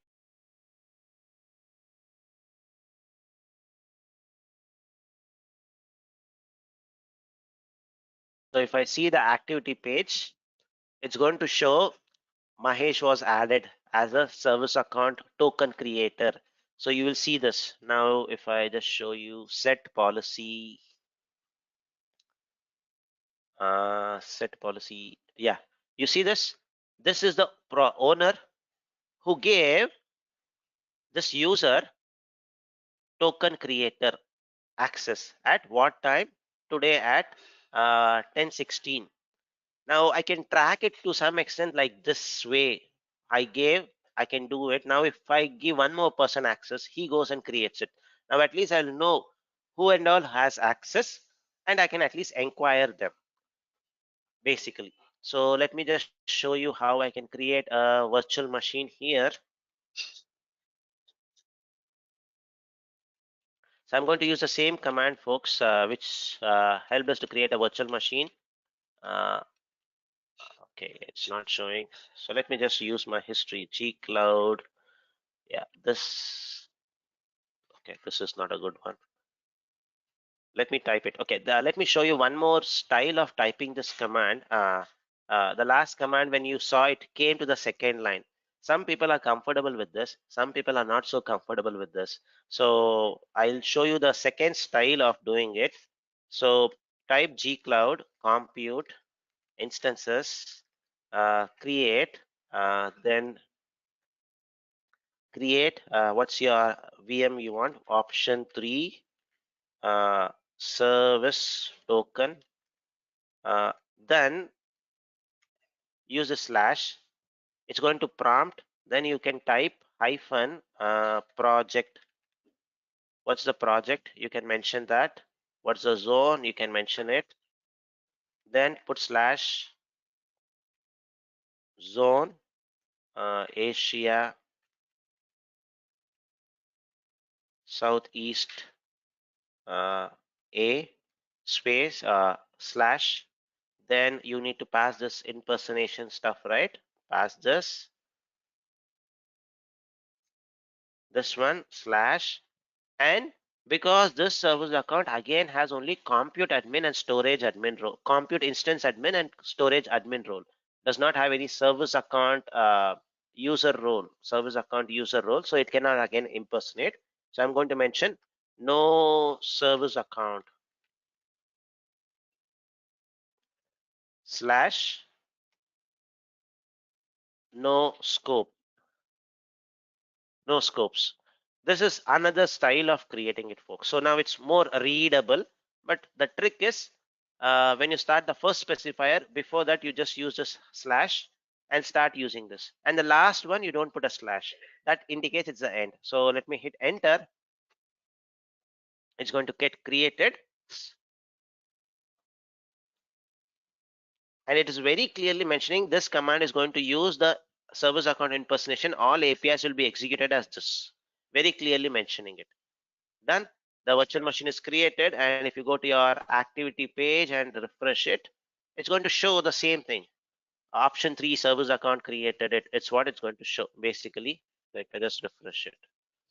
But to some extent, it is trackable. That is the only advantage with this option. And there's no token, nothing created and saved somewhere.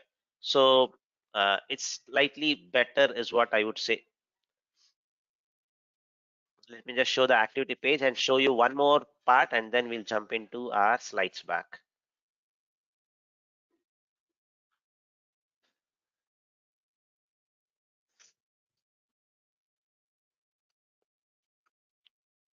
We have kept on seeing the activity page every time we do it. So as a completeness of the demo, let me just show you that so that you can see what we have done is the right thing, and it is also logging basically.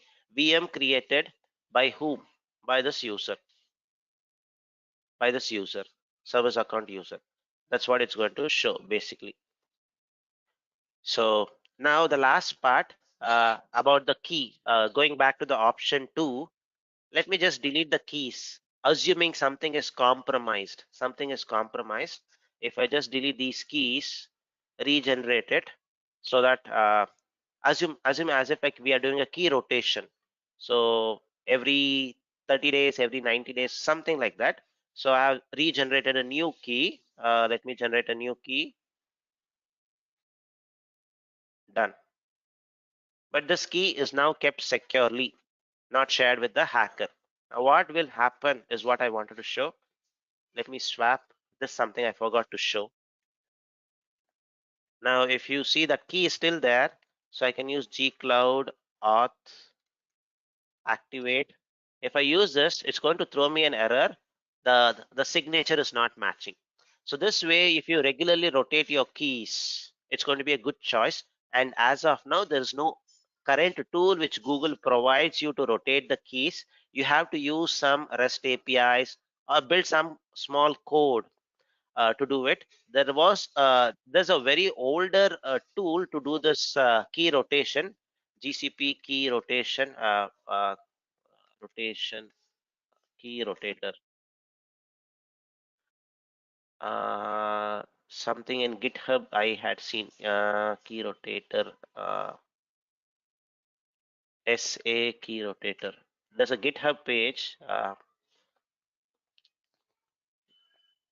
GCP service account, key rotation.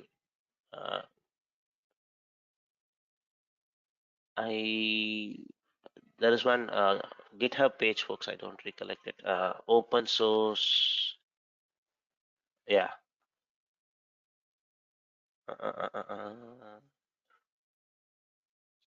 Open source.google.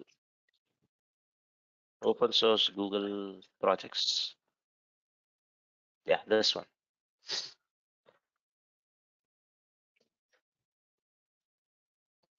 So if I search for a key rotator, this is where all open source projects are kept. Key rotator.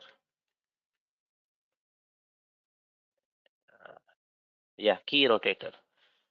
program to rotate Google Cloud Service account key. And this thing works. This code works, but it's a 4 years old code. So you take a call. You need to do little modification. It's a 4-year old code. Um, it runs on Python too. So if you want, you need to change those things. There's an option which exists, but if you want something sophisticated, you need to write something yourself. So there's no tool to rotate your service account keys. Let me be very specific, service account keys. There's one more thing which we are going to see in our storage called as customer managed encryption key. There's an option for rotation, that is encryption keys. This is service account keys. Okay, so if somebody asks you in a question or anything, so there's no option, you have to build it yourself basically. So let me just go back, delete my VMs, and then we'll proceed further. Any questions on these three options, folks? Three options, and there's a new option which is recently added, as I told you here, cloud identity, sorry, workload identity. This is basically for Kubernetes workload. Since we don't know what is Kubernetes at this point of time, so let's not talk about it. Once we start looking into that, we can definitely do it. So it's slightly a new one, very new one. Maybe I'll try to do a small video out of it. But let me know if there's any questions so far on this impersonation. Now you take a call which option suits better for which option, kind of use cases. I can share a couple of them, but before that, any questions? Let me know, folks. Any questions on this slide? Slightly out of topic, we'll discuss it later, but anything on this one, so that we'll not dilute it. So let's get this slide clear. It's only one slide which took us almost like 2 hours to understand by doing a demo. So is this clear, folks? All the three options. I can give you some recommendation when to use what in the next few minutes. Any questions so far, folks? Mangesh, in impersonate, on what situation we can use in real time? So I told you, right? You want to fix something is going wrong. There's a software. You are an expertise in this software. It has been deployed on a virtual machine, but it is not behaving as expected. Now you are an outside person, not part of this organization. You are being called to do a service, maybe fix this software. So they need to give you access temporarily. So in that time, they will give you impersonation access. So you just do come out of it. So basically to do that part is only you will use it. And there are three different ways of That doing this. What that is any one thing. security risk? Any security is you have to, if you're calling somebody, you make sure you are, that person is, you call a genuine person from an organization, not from an outside thing. So that's one thing you have to do it. So vetting or security check, if you're giving it to an individual, you have to make sure that is done. Now you are giving him impersonation access for 1 hour. It is very clear if something goes wrong in this 1 hour, that person is the reason. So that's one way, one thing why you need this kind of impersonation. The second thing why you need this impersonation is when you want to interact from outside systems. This key, right? This key option can work when you want to interact from outside of GCP. So if it's within GCP, I don't need a key itself. Outside of GCP, maybe there are few deployment infrastructure as code options possible. Terraform, we'll talk about it. Terraform, there are other tools. From outside world, you want to interact with GCP, but not as an individual, but as a service account, you will use this impersonation. So from a Git lab, I want to connect to a virtual machine. You can use this key. From I want to have a Terraform script which needs to provision a project. I'm going to use this service account key. So those are the scenarios where you are going to do impersonation basically. So where uh, it has to be basically a machine to machine kind of an interaction, you do it there. So hope that answers your question, Vijay Kumar. Yeah, So, yeah, So Mangesh. sorry. yeah, go ahead, folks. So impersonate a service account for the token creator. It means it is much more safer, right? Because you are putting some expiry, right? So that's the Ah, difference I okay, can okay, say okay. or something. No. So three different options are there. So each will have different use cases. Now it is between my GCP itself. Now if I say, right, say for example, this option, the first option, right, it's simple, straightforward. I just gives an individual server's account user role. He can do impersonation and fix it. This is one way. I'm not generating any key. So any of the options, right, this option, the first option, the third option, I can create an expiry easily. I can create an expiry, but with my second option, the key which I generate, I cannot put an expiry in the system. I have to manually do that. So if you think in that way, the second option is little riskier, difficult to track, difficult to expire. You have to write something out of the system. But here with option one and option two, with IAM conditions, you can put expiry. That is a good part, is what I would say. But option two also has a role to play if it's a third party system, as I mentioned. So from some other system, maybe say for example AWS, from an AWS virtual machine, you wanted to dump it into Google Cloud Storage bucket. How will you do it?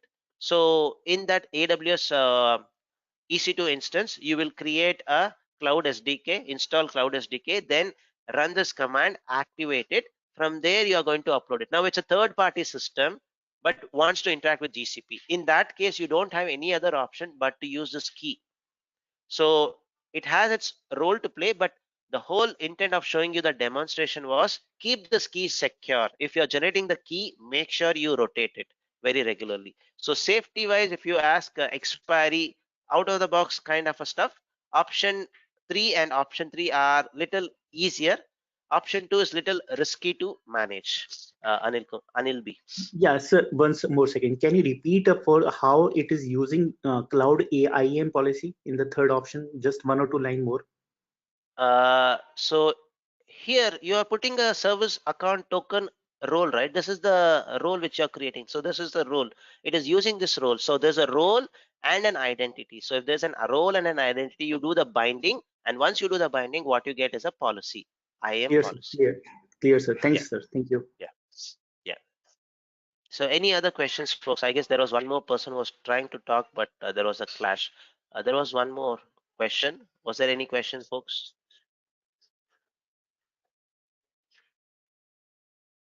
All right. So no more questions. Uh, Try to prefer to use option 1 and option 3 as much as possible. But if it's a third party system, you don't have any other option, just to use option 2, but put it as one of the design steps or as an activity in the implementation, saying that key has to be rotated. And you get some third party tools to do that. So I have worked in such organizations where they don't keep the key more than 90 days. So if I just go here, you can do that, programmatically call it, and there are few third-party tools also available. So you can get the data a day of creation. You do a small math of what is current today's date and do it. If it's 90 days, it's going to automatically delete it. And the tool which I showed you can also do that. If you say if it's older than 90 days, delete it and create a new one. So you can do all those things. So the key rotation part is something which you have to take care when you are playing around with key. But if you're not generating the key, it's more safer, I would say. So that's on your service account. Now let's look into the best practices. So IAM cannot be, the cloud IAM stuffs cannot be ended without the best practice of using it. So we already know some of the best practices. Can anybody talk about the best practices which we have discussed? Please use your private chat so that everybody will think. So you can turn on your this thing to private, only to me or to the presenter. Start putting your best practices which you learned, folks. It could be anything which we learned in our IAM, best practices which you learned, and please use your private chat. Good, Anil, that's good. So I'm going to tell later so that I don't bias anybody. So good, Anil B, Smith, Shripal, Kumar has given some good points. Then more, need more. What else?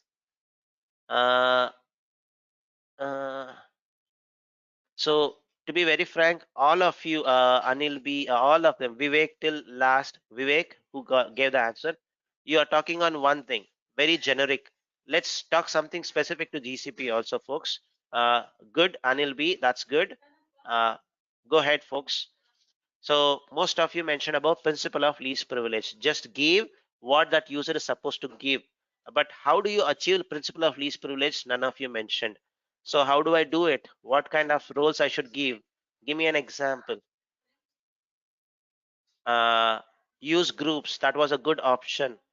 Uh, then principle of least privilege is the most popularly typed one. Minimum access. Roles must be necessary privileges. Absolutely correct. In very, very simple terms, all of you are saying is use predefined or custom roles. So principle of least privilege always applies to AWS also, Azure also. But when you're talking in GCP terms, you can use those term extra stuff. Yes, absolutely, Anil B. No primitive roles. Prefer avoiding primitive roles. Anil B's question, this thing also, avoid storing keys locally is what I can add as an extra stuff. Then what else? Groups is what you should always do. Talk about something on service account, folks. Talk something about, yeah, don't keep it in GitHub source repository. Keep it in something like a, so this thing. Yes, assign always predefined roles. That's good. Something about keys, folks. About the keys. Service account should not, okay, service account keys should not exceed 10. No, if you exceed 10, Google will not allow you to create it further. So that's not a best practice. It's something like it's a limitation. So use secret. It's not secure manager, it's secret manager, folks. Rotate. Kumar's point is really good. So rotate your keys regularly. Service account, you can create 100 service accounts, but each service account can have 10 keys. Anil Kumar. So that is a thing. Use different service for different services. That's also a good point, Vivek. Maintain the tracker of who. That's a beautiful one, Mohammed. So tracker, have some kind of a tracker, but it has to be outside of option. Try to use option 3. Yes, that's also a good option. Rotate the keys regularly, Smith. That's also good. Anil Kumar, hope your question is clear. So it is 100 service accounts in a project. Each service account can have 10 keys. That is a key thing. Keep the dbs of key distributed. Yeah, definitely you can do that. That's a good one. Prefer to use secret manager. Why don't I show you that secret manager, how it looks like? uh, and if you are giving somebody impersonation, make sure you do some due diligence.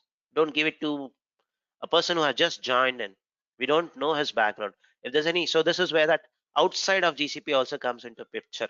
So if his background is verified, does he has created all the security clearance, all those things. Beautiful, Anil B. So don't use default service account because it's an editor role. So that's a good one, I would say. Yes. So avoid using that. Let me just show you how the secret manager looks like. I may need to enable the API because I'm doing it for the first time. It's a vault, folks. That's it. A vault in GCP itself. Auditing. Yes, Mohammed, that's a very, very important. Auditing is very, very important. Audit your logs specifically for any of those impersonation stuffs which you create. Basically, when you give somebody service token creator role, service account user role, audit it basically. So basically it is set IAM policy. So this is your secret manager. I have not enabled the API. Let me enable it.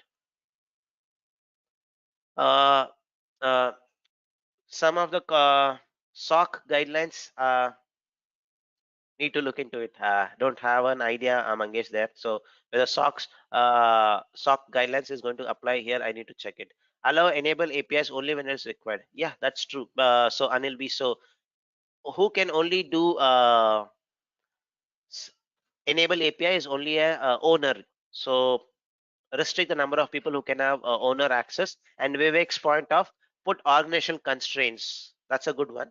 Secret manager. This is how I do it. Create a secret manager. Click on create. I can give option to SA key. That is my name. and I can upload it. I can give a text also. I can give a text, or I can upload this thing. So I have already, this is how I do it, folks. I also do implementations. So what I do is I never share any this thing with the team directly. So what I do is I create the password, because the requirement is from the customer. Never share the password, keys, anything via email. Even if it's your own corporate email, don't do it. So uh, if I just do this one, right, I just uploaded it. So this is my key content. What I'll do is I will select the region. If I want specifically where my keys has to be stored, in which region, your choice. I'll just choose it as Singapore and Mumbai. Better to keep it in two places. Then create it. Now what I do is I create this secret manager entry. Then I'll give this access to the individual who wants to view it. So if I click view, I should be able to see the view key. So let them copy it. Instead of sending it via email, everything is managed in GCP. So I will usually share them. Okay, you have been granted access to this key, or this secret entry. Go look into it. That's what I do. So that's the best practice. There's one question. Sipping so many audit points for managing access, just throw some. So I need to look into that, Mangesh. I'll just look into it as we progress. I'll talk more about it. This was something specific to IAM. Do revisit the servers account. We will revisit it if we can have extra access. So I'll talk about that. We have to talk. So use policy hierarchy whenever applicable. Okay, so these are some of the best practices. I guess you mentioned most of the stuffs in the slide which I had. So I'm just going to say that uh, towards the end, I'll show you something called a security command center, which is not an important thing from the exam perspective, but if you were to do some review, all those things, that's going to be helpful. So I'll show you that towards the end. Now let's go into the Actually, best sir, practices. I was saying yesterday you showed us the security. So this is the another thing we should do. So I am comfortable with the security command center. So I'm not. I Okay, was just saying sure. about one thing. Yeah. Sure. I'll show it. So others have not seen it. So let me show you that also. So the next part, the best practice, as most of you mentioned, always grant uh, roles to a group. We have also done a live demonstration in our second day or third day, if I'm not wrong, where I gave you access and you were able to do it. So it was so easy to manage access there. So create a group like Cloud Architect, whatever it is. Then add people to that, simple, and give them the access. So this is not something very specific to GCP. This is a standard rule. Everybody follows it. Even in GCP, it is followed. Always grant users to group. And we did this demo, so I'm not going to do this one more time. So we created a group and added you, and you got an access to batch 6 where you created virtual machines, all those things. So I'm just going to skip this part. uh, Basically I used to show this for other batches where I used to add only my entries and show it, but I wanted to have a live interaction, so I added you people and do it. Now you know how it works. Basically groups is an important thing. This is something Mangesh, very specific to GCP. Yeah. one question about groups. If Yeah. I, integrate with the on-premise Active Directory, the Mm, users are there in on-premise on-premise mm, Active Directory. Is mm. that if I want to create a group, do I need to create a group in on-premise Active Directory and add the member, and it automatically sync to the, Okay, you know, I'll talk about this in next 3 minutes or 5 minutes. So there's a slide on that. So if you create it, there are two options. You either create it in on-prem, sync it, that is option number one, or you create a group in GCP itself and do it. Two options are yeah. possible. Both are Actually, possible if you do a sync. I received, the one, issues. So that's what I asked, which is the best one? Do I need to Best get option in? if you have an on-prem, sync. So create a group in the on-prem is going to be a better way. One Yeah. source If of the truth, use, one source of truth. if the user in cloud, then create a group in cloud is the best option, right? Yes. So the next one, principle of least privilege. Yeah, principle of least privilege, which most of you mentioned. Use always predefined roles or custom roles. Try to avoid as much as possible primitive role. There are situations you have to give it, but to the person or to the group which you're giving, make sure those vetting has been done. It's going to be easily tracked. If you give them some role, it's going to be easily tracked who did it. It's going to be easy because there's no impersonation there. But avoid giving anybody editor role, owner roles, all those things. And I have also done few audits. What I do usually is, I would have shared this if I'm not wrong. So the first thing which I do usually is go to there. They will give me viewer access. So the organization. So if I just go look into the IAM, simple, not huge stuff. So just go to IAM. I just put a filter to check whether who are having roles, owner who's having editor role. So this is what I usually do. So first step, put a filter, user.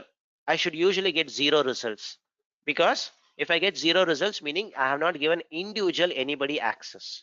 So I should get only results for if I do basically a group, meaning they have followed the best practices. In our case, it is totally opposite. We have not created any group. So this is a red flag. The second thing which I do basically is put a filter on role and owner is what I put. So if I get this more, one is okay. Uh, if it's more, that's going to be another red flag. I'll ask why this person should have owner. So this is going to be in my observations page. Okay, saying that these are the stuffs which you have to change. Editor. This is another thing which is going to raise a red flag. Then one more role, which is service. Why it's not showing up? So why, okay, so let me just see it here. I don't know why it's not showing that role there. It should be able to show that service. Okay, it's not showing that. Okay, type. Okay, I'll see this option. Roles. I'll look for, oh, we don't have anybody with service? Okay, we don't have, okay, we don't have any user with service account user role. So that's the reason it's not showing up. Yeah. So those are three stuffs which I would primarily look for when I'm doing any audit. So set IAM policy if to make somebody owner, or so reduce the number of accounts here basically, and act as basically these three roles are very powerful roles. So avoid giving it to many people. If you give it, do some audit basically. And this one, grant service account actor. So this was previously called as actor, now it is called as user role, uh, on a service account, not on a specific project. So meaning don't give it at a project level, so that he's going to be acting as the service account for all the things. So give it to a specific service account, the last option which we tried. Individual service account, it's going to be little easy to track. So these are something with respect to GCP specific. Grant principle of least privilege works in every cloud, but specifically to Google, these are things which you need to take into consideration. And set IAM policy. This is what Mohammed was mentioning. Do the audit of this whenever you give access to this people, this role. Key rotation, we really understood the value of key rotation. And how do you do? There is no tool as such currently, so you have to do it manually, or use some REST APIs, or write something in a client library like Node.js. How you do usually is create a new key, replace the old key, and lastly delete the existing key, so that it is not going to impact much. So this is one important thing which you have to do: regularly rotate the key. So meaning if I do the audit again, if I go into this service account, I can easily find out the keys which is older X number of days. That's going to be a red flag again. And I have used one product called as from Paul Alto, called as Prism or something. It gives that indication very clearly. There are tools which can provide you that also. And similarly for virtual machine, we have not talked much about it, but when it is anywhere anything to do with keys, make sure you rotate them regularly. That's another best practice. the next best practice is something very specific to GCP because GCP follows that hierarchy. What's there in your on-premise, you try to create the same thing in GCP also. Organization, super boss, boss, manager, that kind of a stuff. The same kind of a hierarchy, if you create it, it's going to be easier to manage it in GCP. So that's one best practice. Project level access, try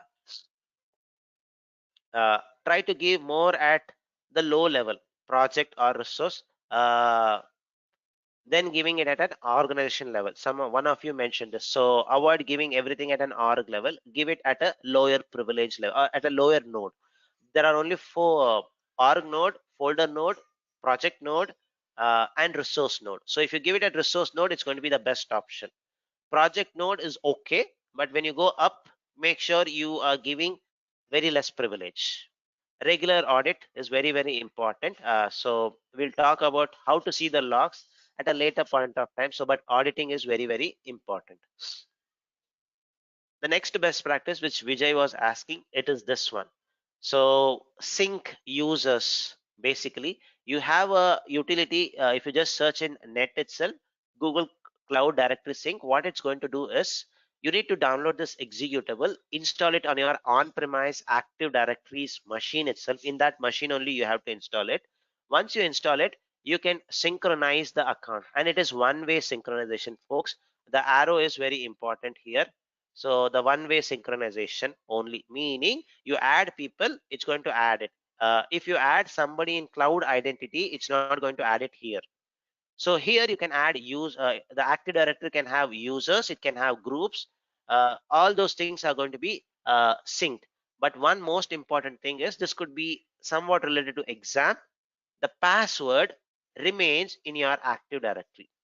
So only the email IDs, whether it's an individual email ID or a group, only that is synchronized. And whenever you want to do authentication, that's going to be delegated back to your Active Directory only. So where you turn on SAML kind of single sign-on option, then you should be able to use the same username. And when it prompts for a password, it's going to do a federation basically.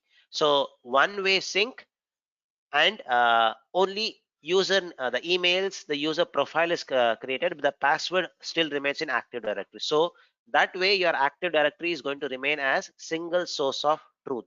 So install the sync, it's going to do. And how do I do the federation? Let me just show, then take up any questions. So if I just go to my org node, so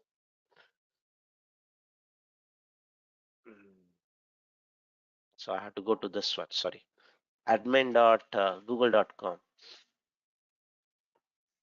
So let me just go to admin.google.com.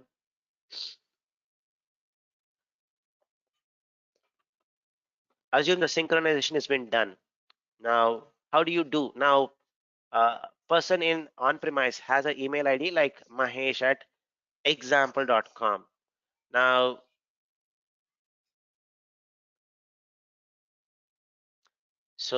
if I just go to my security inside my cloud identity, so once the sync happens, right, what is going to happen? There's a question, let me answer it once I finish this. So once I do the syncing, you will see the users who's there in on-premise. It's going to have an entry here. That's the first thing. Similarly, if there's any groups created in on-premise, it's going to be synced into groups here. So you will have a group entry here. If you delete it there, it's going to be deleted here. Sync, one-way sync. But if you add a group here, this group will not be updated or synced in Active Directory. It's one-way sync. That's one thing. Once your user information is there, you can definitely grant him access in your IAM. Then he will log in, right? He or she will log in. So when they log in, they will log in with their email ID, mahesh at example.com. So when they do it, it's going to ask to authenticate. So at that time, so you will have this option of two options. You can have a third party identity provider, or you can use Google as an identity provider also. So if I just show you this, So Google Identity Provider. So you need to have these things turned on, some stuffs which you need to update in your Active Directory. Once you do this, the single sign-on is going to be established. This is Google Active Directory, sorry, Google Identity Provider. If you don't want Google, but if you want to use something else like Okta, Ping kind of stuffs, you have this option called as is that third party, yeah, set up single sign-on with third party identity provider. So it could be Okta, Ping. There are lots of options available. You can use those things. So this is the option which you can do. Now let me answer that question. Do we have a posture check if the cloud identity before user connects to Google environment? Did not understand the question, Mohammed. What do you mean by that? Uh, you want to check whether connects to Google environment. Did not understand. If you can put it in some other form for me to understand. Mahesh, Vivek this side. Hello. Yeah, Vivek. Yeah, Vivek. Actually, I had one question in exam last week. So, like, if I want to authenticate user by using SAML, Uh-huh. uh, and I have by Okta as a service Uh, provider.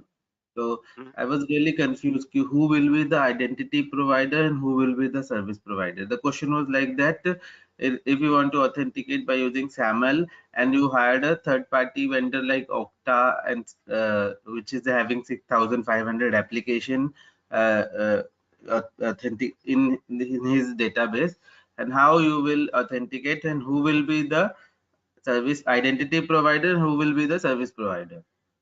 So can you Okay. help me? I was really confused. As I can see, there are two options that Google can also work as an identity provider, and third Mhm. party vendor can also work as a service provider. So they really gave an option that the customer want to authenticate has a in on premises third party like Okta or something vendor was there. They have named the vendor explicitly. There was a vendor who by using they were doing SSO.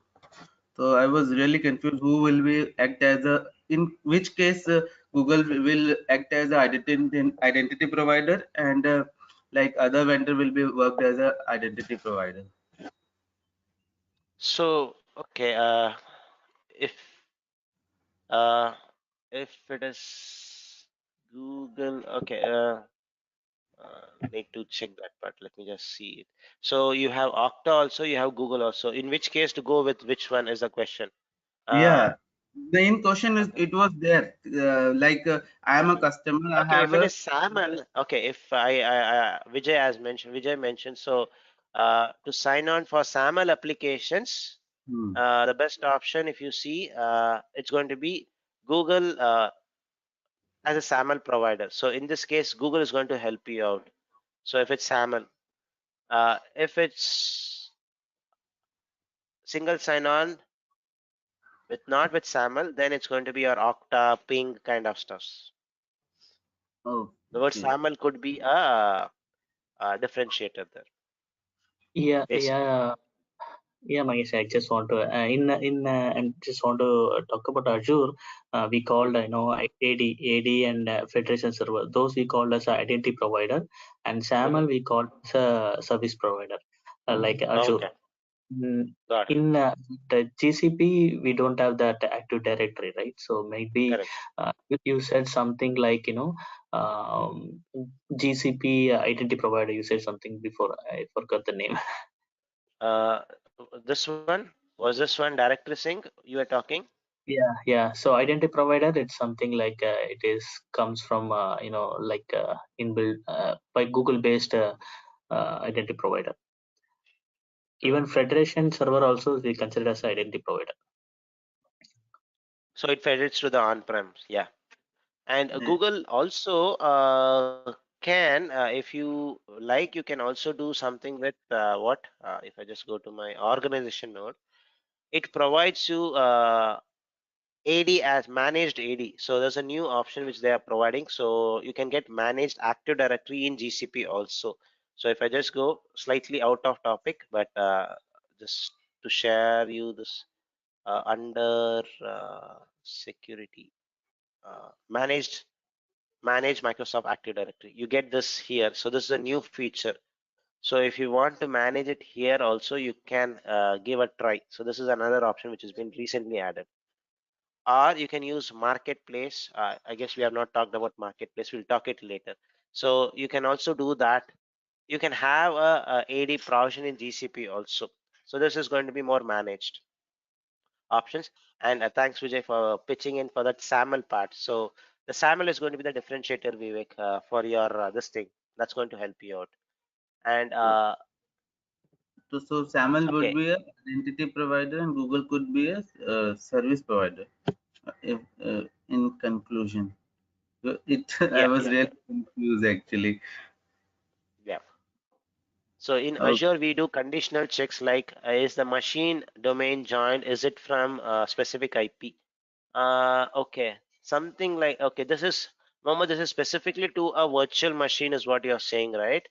Uh, It is Maybe. basically for the end user machines, Mahesh, when end user connects to the Google environment. So I just Uh-huh. wanted to put a conditional checks whether that is a domain joined machine or it is a specific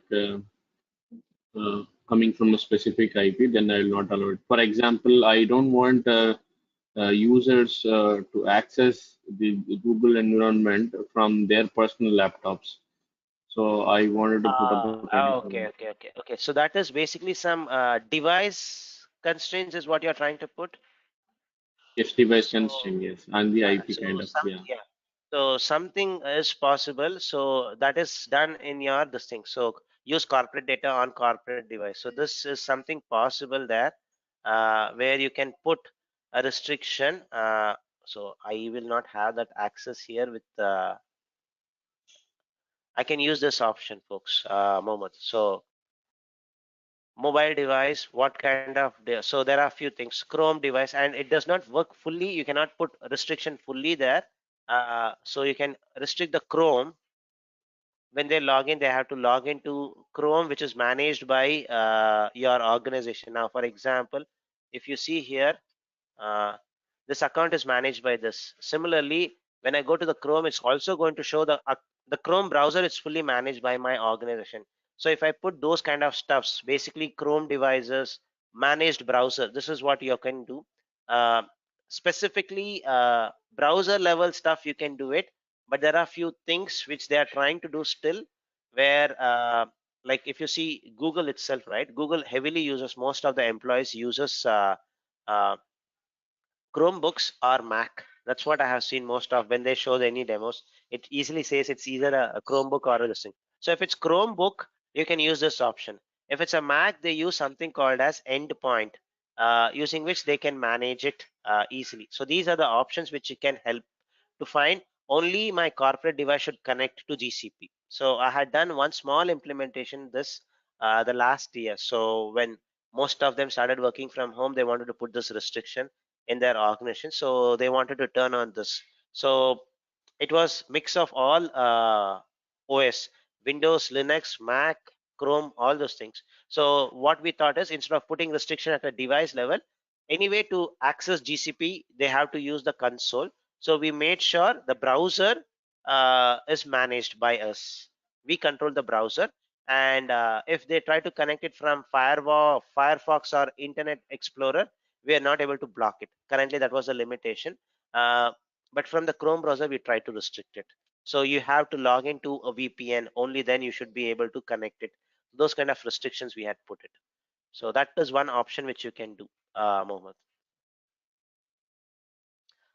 Can we conclude who will act as a provider versus service provider versus service identity provider? Okay, if it's Sam, okay, I will get a better clarity on this, folks.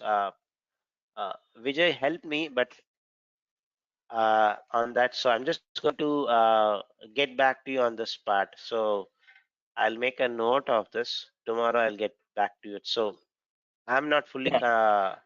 Like Yeah. I got also partial answer only, so I'll do some research on this and I'll get back to you. Because you know, I I read something in document. Now, by reading that Google document itself, I got confused. That's why who Got will it, act got as it, service provider? There was no clear definition actually, even in the document. got yeah, it. let So me I'll check it.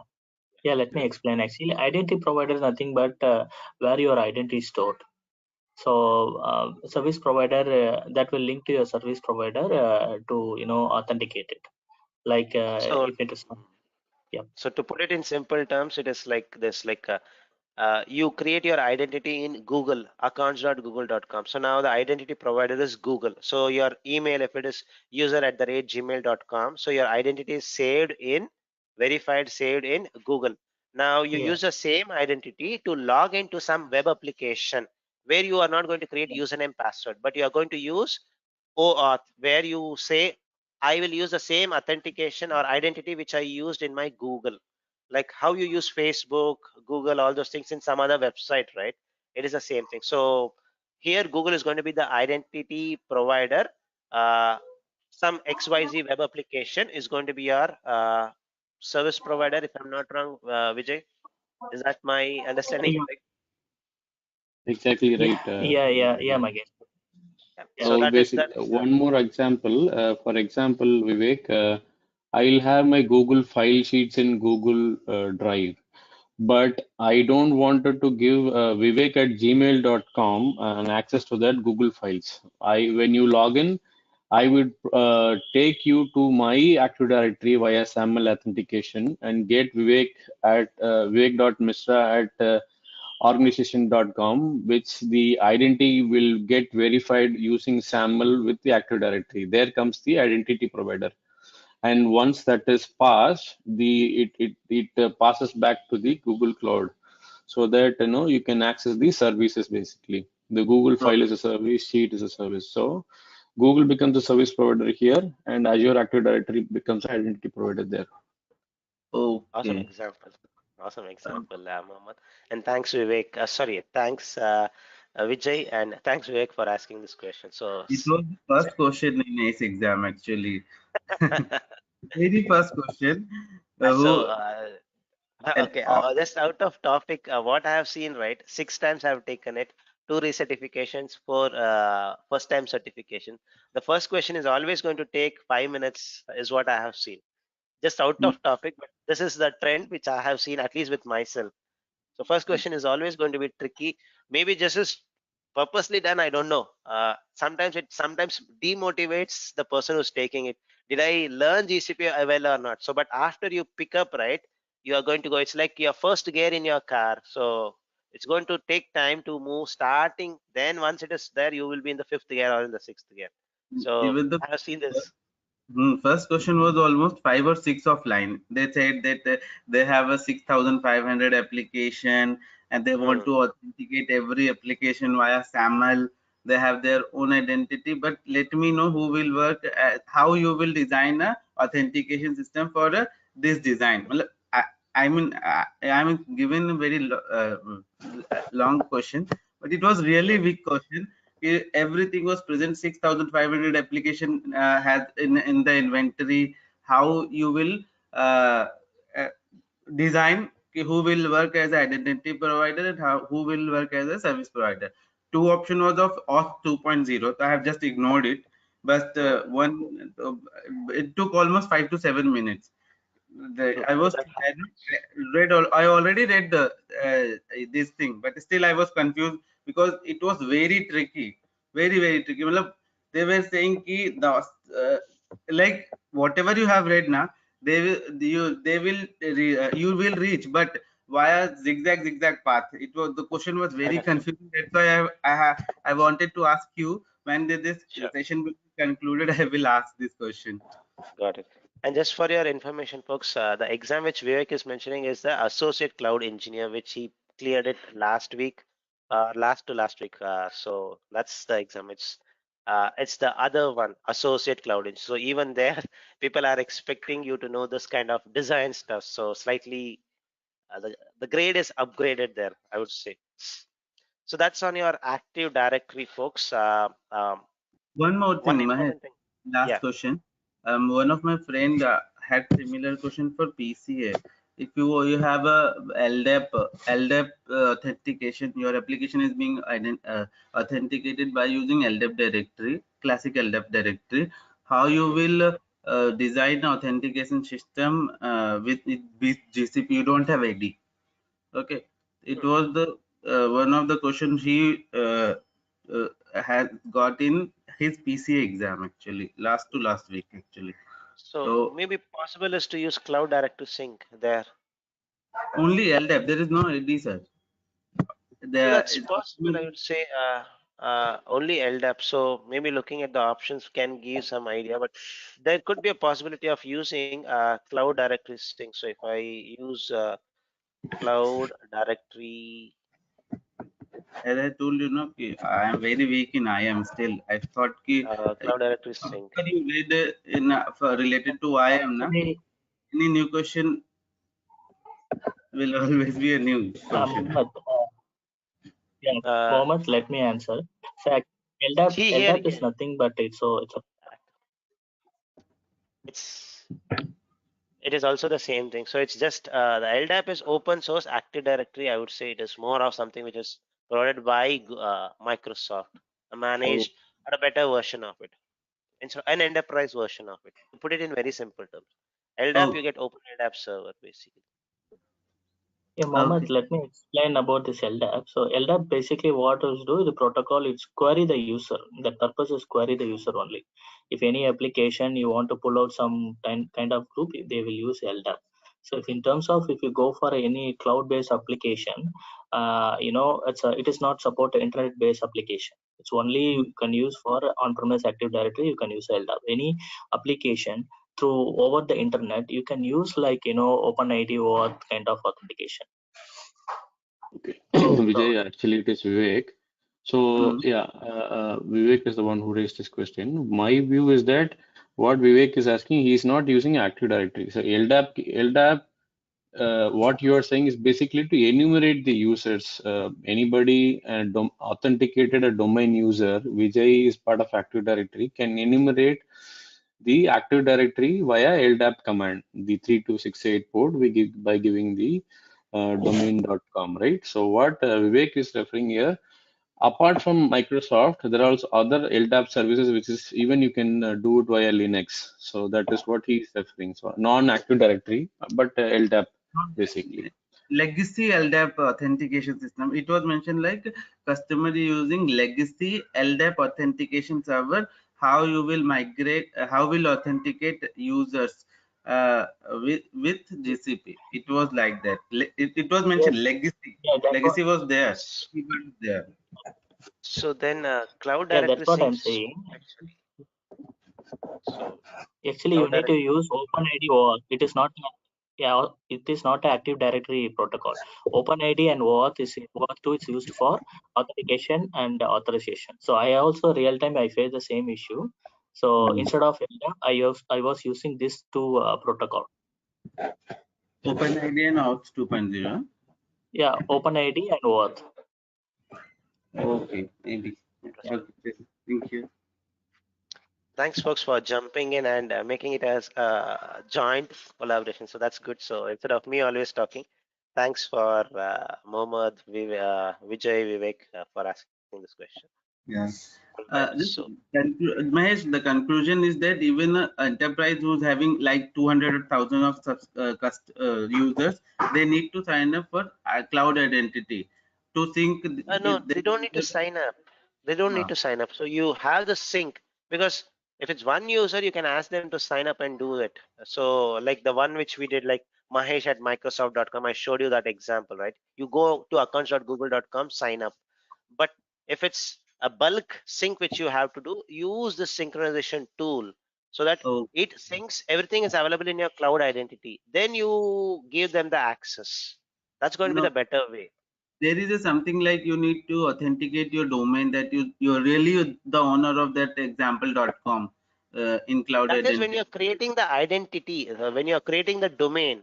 When you're creating the domain, sorry, when you're creating the organization node, you have to verify yourself that you own this domain. So once you say, for example, it is something like this. Okay. So there's a, so let me just explain it. So there is an organization.example.com. They are something Microsoft users. They are using all Microsoft stuffs, assume. So if you are using that, now they wanted to use some part in GCP. So what they will do basically is they have users, groups, all those things.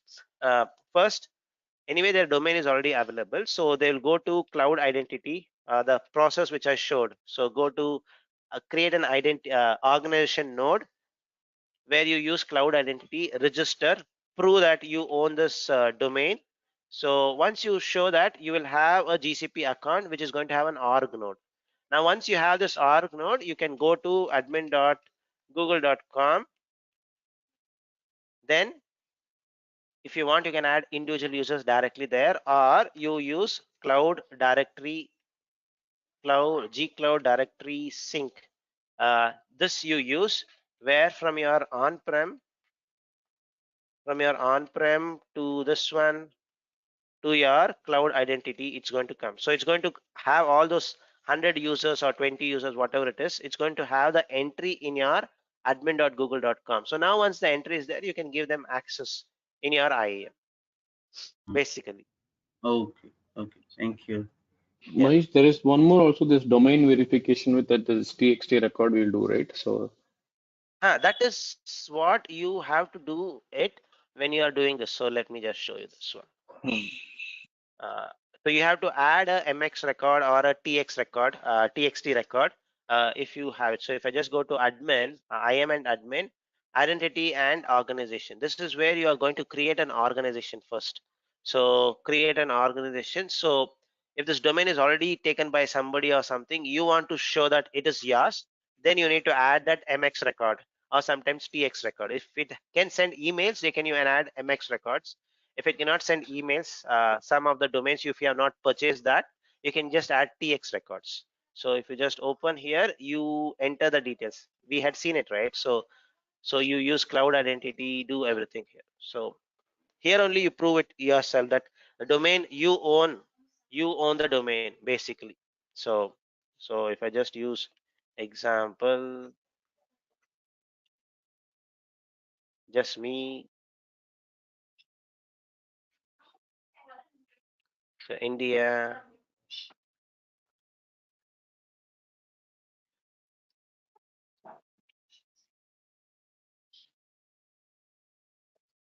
I so here I have to have a domain which exists. So learn GCP with dot. I don't have a domain like this. If I do this, it's going to show either the domain exists or does not exist. Purchase it yet. So if I already have a domain which is there, .com, it's going to show it's already been used. If you want to claim it that it is yours, then you do the stuff. If it's not been added itself also, it's going to ask you to add a MX record or a text record. Either one of them is going to work out, Mohammed. Once you do this, the remaining steps follows very easily. thank you, Mahesh. Yeah. So that's the end of our IAM stuff. So what we'll do is we'll take a 10 minutes break, folks. I did not even see, my apologies that time. So, and there was an interactive question. So I hope you did not get exhausted. So let's take a 10 minutes break. Once we come back from the break, we'll have some quiz. So these questions are from the practice exam, from the official practice exams, but put in an order of which module you cover. So if you take usually the practice exams, right? They'll have all concepts questions. So what I have done is once we finish IAM, I wanted to focus only on IAM questions. So that is what I have done. Some questions which people ask me, I have tried to put it also there. Let's see the questions after coming back from a break. Take a break and come back. This conference will now be recorded. So there's one question from Kumar. So is there any suggestion on practice exams for this each module? For each module, what I would suggest is I've already done that, Kumar. So at least one or minimum two questions would be, so minimum one or at least 2 questions would be there each module wise. That's one option is what I would recommend. But if you feel you want to buy some sources, all those things, unless if the source is not mentioned in cloud.google.com website, I would not recommend. It could be any popular course. I don't recommend it. So if you just go here, uh, GCP Cloud Architect. So if they mention it in the website, go for it, official. And you will see there are lots of unofficial materials. Don't want to name anything. Uh, so here there's some where they mention official guide. There's going to be an option here, sample. I usually refer to this case study, practice exams. This is static, uh, but good, I would say. There's some materials available. If it's somewhere from cloud.google.com, Kumar, rely on it. I can rely on it. If it's not, it could be anything. The most popular brand, but I still don't rely on it because what I have seen many people reaching out to me on this, like various sources, one which starts with W, one which starts with U. So I don't want to name anything there. So they mentioned the questions itself is not clear. There's grammatical mistakes in the questions. It's not very clear. And a few questions I have seen from an organization which starts with C, not Coursera, something else. So questions are something, people come from different background. The people who create those questions, they come from a different background. Their focus is more on AWS, Azure. The question they try to put on the practice exam is more towards from that background, so which is not making them to understand very clearly whether it is really they have learned it or not. So I can just share a real experience. Batch 5, one of the person taking the class, and he took one practice exam material from outside. So the questions there was so much badly written, badly articulated, uh, and wrong answers. His motivation came down. So he felt like whether he has really learned it or not. Then I had to have a call with him and tell him that. Uh, and he showed me the screen of that website where those questions was there, and I told the English is not good. They are not articulated very well. And the questions, I was able to show him few answers were wrong. I showed him with some documentation. Then he was convinced and he went and cleared it. And afterwards he called me and I asked him, what was your thing? So what was your thought? Was the question relevant to what you were seeing it? He told no. So the questions from the practice, this official practice was better than, was somewhat resonating with what he had seen. So my key takeaway is, I would say, is avoid any other unofficial sources. If it's from cloud.google.com or google.com, rely on it. If it's anything else, don't take it. Coursera, Pluralsight, these are all official one. You can see it, you can take it. But anything else, I would say you may wane your money there, basically, taking that. So look into the practice exam. And what I usually suggest is, I suggest is towards the end. We are learning cloud architect, but there are six or five more certifications in Google. So go take the practice exam of everything. Does not matter. So if it's on security engineer, we are talking about around 30% or 40% of security stuffs, 40% of networking. So you can take those practice exams also. So that's going to be a better way rather than buying something from a unofficial source. Hope that answers your question, Kumar. So now please turn your question mode, the send option, to organizer, organizer or Mahesh, so that you send me the questions only, answer only to me, so that let's not bias anybody. And don't on your mic and start talking here. So let's use the chat only for the question. And I'm going to give an explanation. At that time, if you have any questions, you can unmute yourself. So just to make everybody think, that's the only intent, nothing else. So the first question, your customer is moving their corporate application to Google Cloud Platform. The security team wants a detailed visibility of all projects in the organization. So you provision Google Cloud Resource Manager and set up yourself as an org admin. Which Google identity and access management role should you give to the security team? Now, the questions pattern is going to be somewhat similar. So it is taken from the practice exam, but I have added for you to get started with, I have added basically with detailed visibility on all. So some important keywords, I have made it as bold. So and underscored it so that you should focus on those things. So when you get used to it, right, when you're reading the questions, you should do the same thing in the exam. What is the keyword which is important, which can decide the stuff? So that is what you should focus basically on. So I've already got few responses, and to encourage, I'm going to name the name of the people who are mentioning it. So Anil B, Anil Kumar, Vivek, Smith Shah so far gave the right answer. Mohammad Mansur Ali gave the right answer. And we are going to only put 2 minutes only, folks. Mangesh gave it correctly. So 1 minute already over. Every question only 2 minutes. Shripal got it correctly.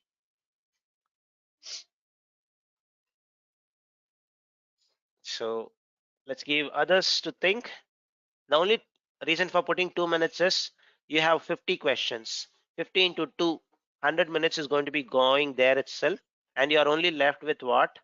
Basically 20 minutes for review and all. So that's the reason I wanted you to practice it right from the beginning itself. So couple of wrong answers. When it is wrong, I'm not going to mention the name, so not to discourage them. You make all the mistakes here in the class, folks. Don't make the mistakes in the class. All right, folks, I have 15 seconds more, then we'll go for an explanation. So I'm not just going to say A is the right answer, C is the right answer, or B is the right answer, or D, but I'm going to give you an explanation. That is what is important here, more than giving. So anybody, you can get this answer even in the documentation. So, but from our perspective, what we have learned, what's the right answer is what we are going to see. So time up, folks. Some of you did not answer. Give a try, please. So it's a closed circle. So be pretty much open, make mistakes, but participate in the quiz part. So first option, org viewer. And before going into this, right, the question you need to understand it a little clearly. So it is security team. What does a security team does, folks? They check for any they check whether all the best practice has been used. Is there anything which is open to the internet, any vulnerabilities, all those things basically is what they are going to see. So for such kind of team, right, they are not going to do any changes. They are not going to create a resource, delete a resource. So basically a security team, if you can give read only access, that should be good enough is what I feel basically. Before I look into the option, this is what should strike me. And they want a detailed visibility of all the resources in all the projects basically. So first, what I should see, let me look into the options. Org viewer and project owner. Organization viewer. When I look at organization viewer, what's going to happen is I'm going to get my organization policies, which is defined. So which is an important one. That's a good one, I would say. Project owner. If I make somebody project owner, is a broader access which you're giving to them. So this user can go and create resource and delete resource. But for a security admin, do you need that? Or a security team, do you need it? Answer is no, because you have to always use principle of least privilege. And no way they are going to mention as per Google's principle of least privilege. It is assumed that you give always the best solution. So nobody is going to have, let's give a simple solution, or which is like which can work, but it's not the best one. So always try to give the best one. Few assumptions have to be made. So you have to use the best principle of least privilege here, all those things. So owner is very broad, so it's not going to make it. So it's you are giving very broad access to the security team. So option A gets ruled out. Option B, org viewer, project viewer. So we have seen if we give somebody viewer access, he or she can see the entire project details, IAM, what stuffs, but everything is going to be read only. That's going to be good. So read-only access to projects, read-only access to the policies and all. So that's going to be a good choice. Now there's a question which can come. Why not only org viewer? If I just have org viewer, will I be able to access the project details? To answer this, why don't I jump into a small demonstration? So if I just go here, so this is going to be a good option. So org viewer. First of all, let's see whether such a role exists or not. So if I just go to my roles,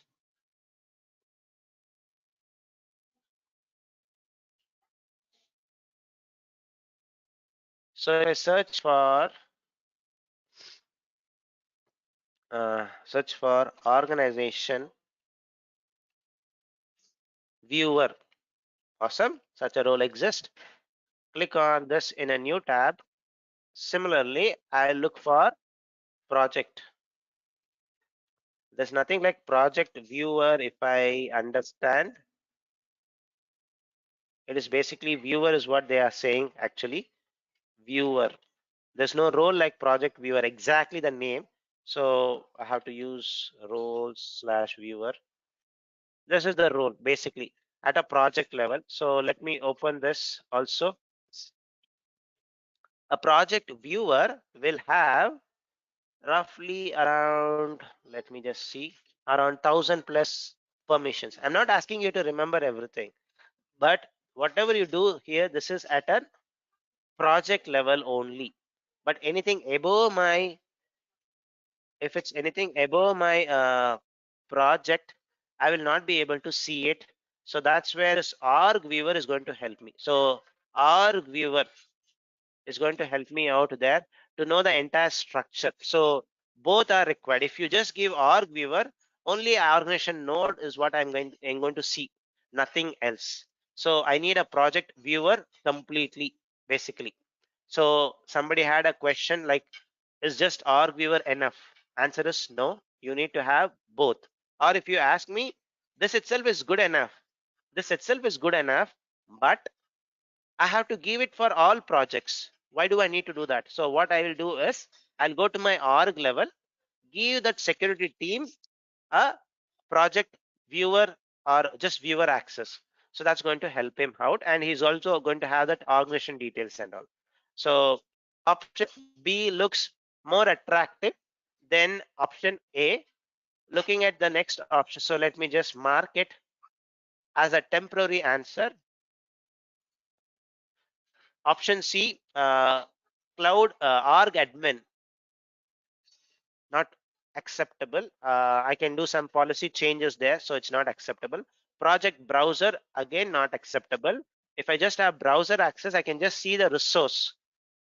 I cannot like what is my project, what is my IAM. I will not be able to see the details of the resources, whether virtual machine is created with the best practice, is a bucket created with the best practice, is the bucket open to public. All those things I cannot see it. So C is not a good choice. Project owner, network admin. So there's nothing to do with network admin here specific, and a project owner is again very broad, and you are giving it at a project owner, meaning all projects I cannot see it, only that project only I can see it. So D is also not a good choice. So as most of you mentioned, E is a good choice compared to anything, and both are required, not only one, both are required basically.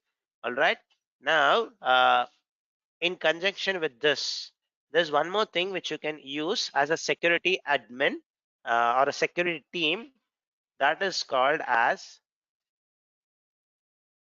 so just wanted to show you that little at a high level, uh, security security security command center.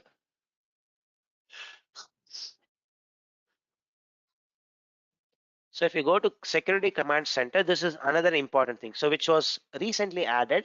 So it gives you a complete picture, it gives you the complete picture of your organization. What are the projects? Is there any vulnerability? All those details, it's going to scan it. So it's a very nice one.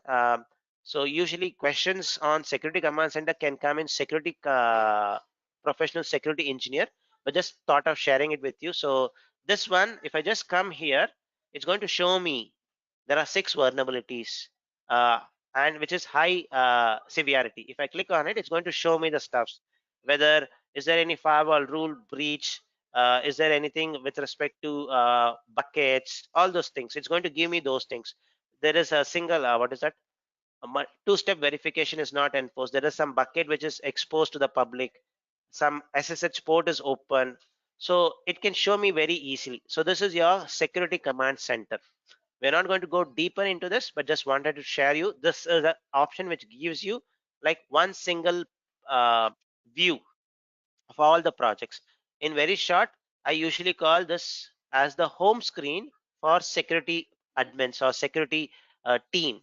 They don't need to come to GCP the dashboard. They have to directly come here. It can show you the complete picture there. Okay, moving on to the next question. uh, you are a project owner and need your co-worker to deploy a new version of your application to App Engine. We only know there's a compute option called as App Engine. That's it. We don't know the IAM roles of it yet. Uh, you want to follow Google's recommended practice. Which IAM role should you follow to the core? So now they have really specifically mentioned recommended best practices. What should be the option which you should go for? Basically, go for it, folks. So I'm going to turn my timer. So far, Anil B, Smith Shah, Vivek has got it correctly. Only the co-worker should be able to deploy it, nothing else. Anil Kumar, Shripal, Mangesh has got it correctly. Kumar got it correctly. Mohammed got it correctly. Good. Now you see this question, you people only took 30 seconds. 30 seconds. Now you are covering up. So to give you that stuff which Vivek mentioned, first question took 5 minutes, 7 minutes. So you'll pick it up. Ankit got it correctly. So you'll pick it up in the next questions quickly. So let me give 15 seconds more because most of you mentioned it. So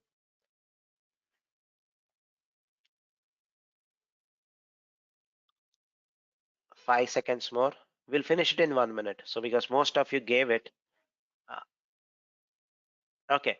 So first of all, principle of Google's recommended practice. Project editor. If I give, it's not only editing App Engine, I can go edit something else also. So A gets ruled out. App Engine service admin.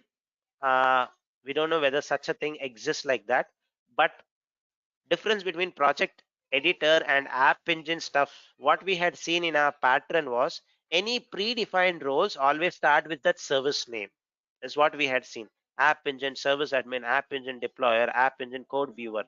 Now the context here is they need to just deploy it. They just need to deploy, nothing else. Service admin, everything looks good, but this word admin is little tricky. It looks like more privilege is what you are going to give. Deployer and deploy somewhat gives, and even though we have not even looked into app engine even in any details, but the name somewhat resonates. It's predefined roles. Code viewer, this is something which you can give it to a security team so that they can review whether there's any loopholes, any best practice is not followed or not. But to do right operation, deploy is going to be a good choice.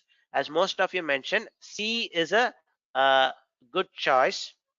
Now let's just verify whether such a role exists or not. So that is where when I mentioned, when you are,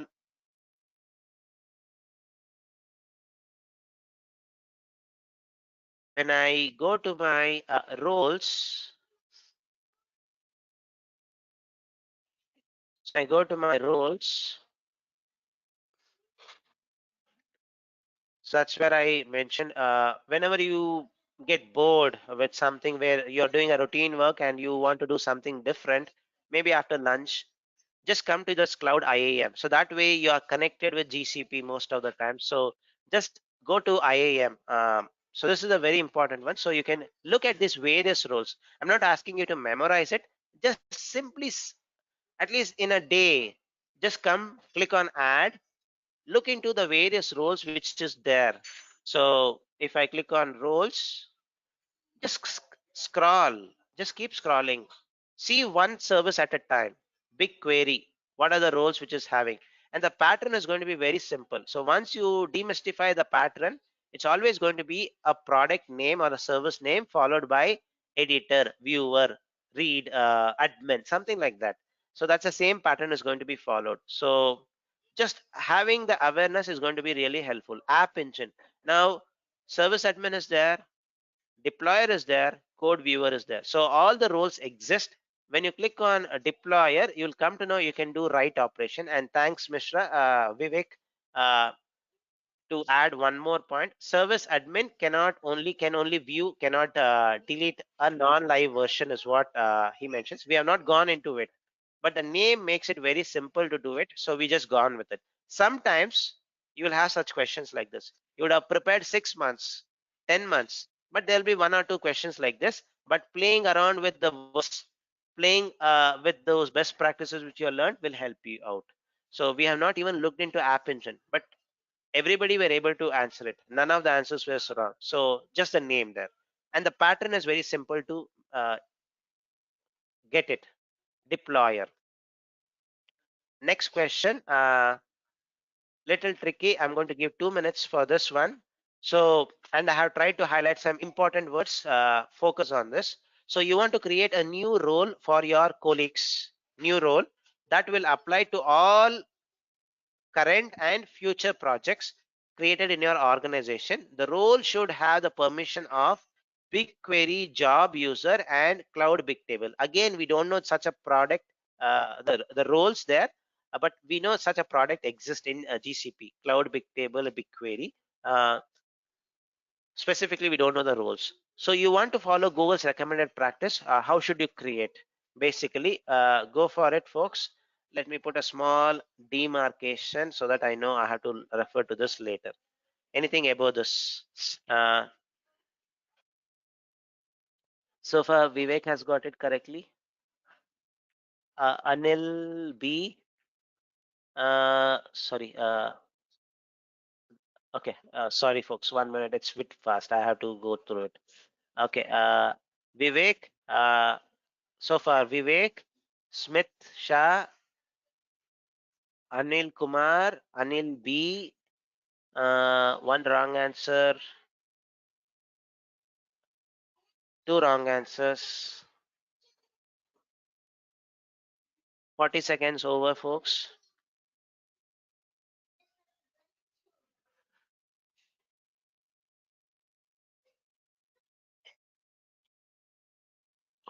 Mohammad Mansur Ali got it correctly.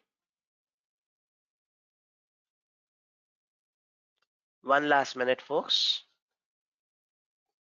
Ankit got it correctly.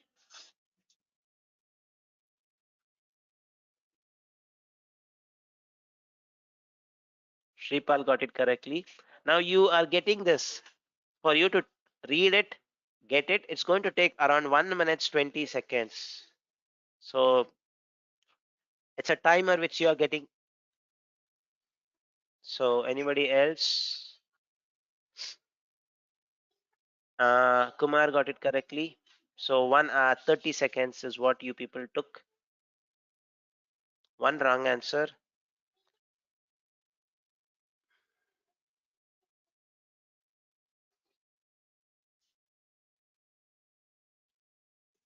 Last 10 seconds, folks.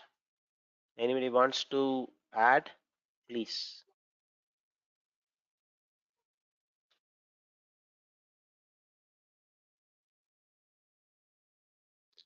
All right, time up. Uh, you can change it. So here you make all mistakes, folks. You can change it. No, what I'm in the exam also you can change it. There's no problem until you click on submit button. You can always change your stuffs. And in the exam, there's going to be a button at the bottom, somewhere on the bottom left hand corner, called as review for later. Whenever you are in doubt, check that box so that towards the end it's going to show what are all the questions you wanted to review. So you can use that. So you can change it. The 2 minutes is what I'm putting. So let's try that stuff. Basically, in your exam, it's not always 2 minutes. Nothing like after 2 minutes, it's going to go to the next question. Nothing like that. Until you click on next, the question is going to be there only. You have to manually click it, but let's practice. That is the whole thing, Kumar. So you can change it. You can use that review for later option, all those things, so that you answer it correctly. So now let's go with the explanation. So mixed response. First question, or the first option, gcloud IAM combine roles global, combine the two roles to a new custom role. Now you can blame me, Mahesh, you did not teach us this command. I'll take the blame. Let me just put this here. Possibly the reason why it is, why global, combining two roles are there, maybe combining can good work, and they have also used a specifier called as global. So looks like, because all future projects, everything is there. So looking at a global level may look good better is what I feel. It's basically two roles, you're combining it and adding a, combining the roles basically. Maybe such a command exists, who knows. Let's park it. We don't know, we have not explored it. And blame me, I did not teach you this command. Next option, for one of the projects in Google Cloud Platform console under roles, add both the roles, sorry, select both the roles, combine them into a new role, use IAM promote role.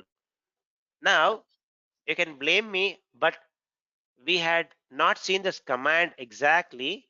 Promote to the role from project role, sorry,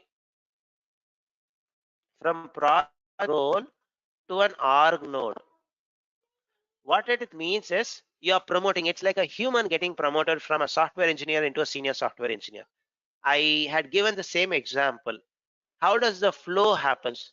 Maybe such a command can exist, who knows. But our concept was very clear. The flow is always from top to bottom. Yes, Kumar, it was always from top to bottom. So what you have defined at org level, it's going to flow. It is not always, it's not from bottom to top. So we know that concept very clearly. So since we know that concept very clearly, B is not going to work. A, I'll just park it. I really don't know whether such an option exists or not.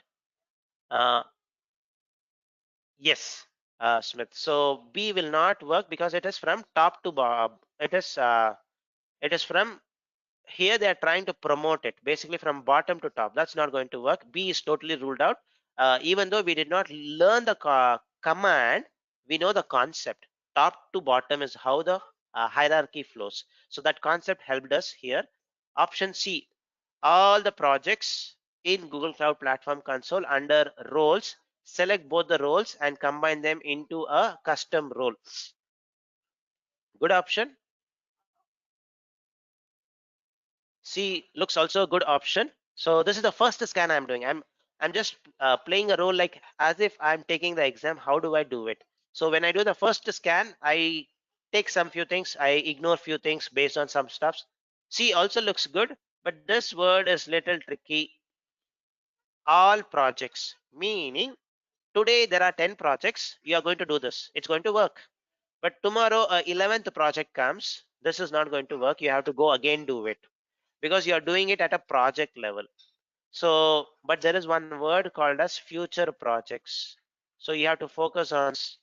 So because if this word was not there, I would have told C is a good choice. But future projects, it cannot address. I'm going to take it off. Words, it's going to be playing with words basically.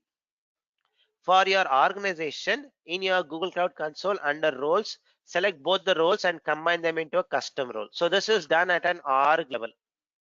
This is done at an org level, but this is done at a project level. If you do it at an org level, futuristic and current projects, both are going to work.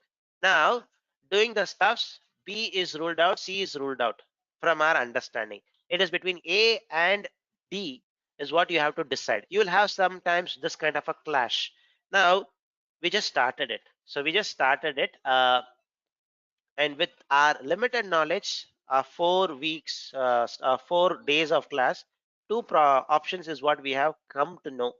Now, option B, you can visualize it yourself. It comes. So basically, if I just go to my IAM org node, go org node, go to my, this is how we should have visualized it. Org node roles,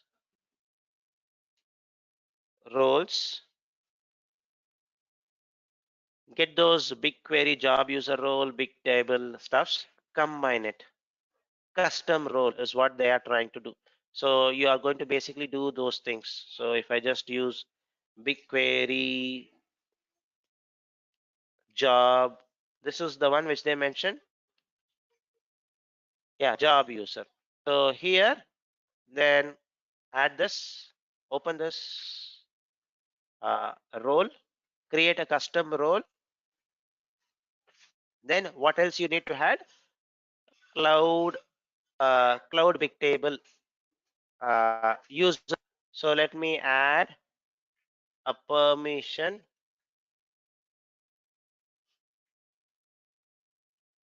So if I just go to add permission, so let me search by the role here. So it's going to be easier.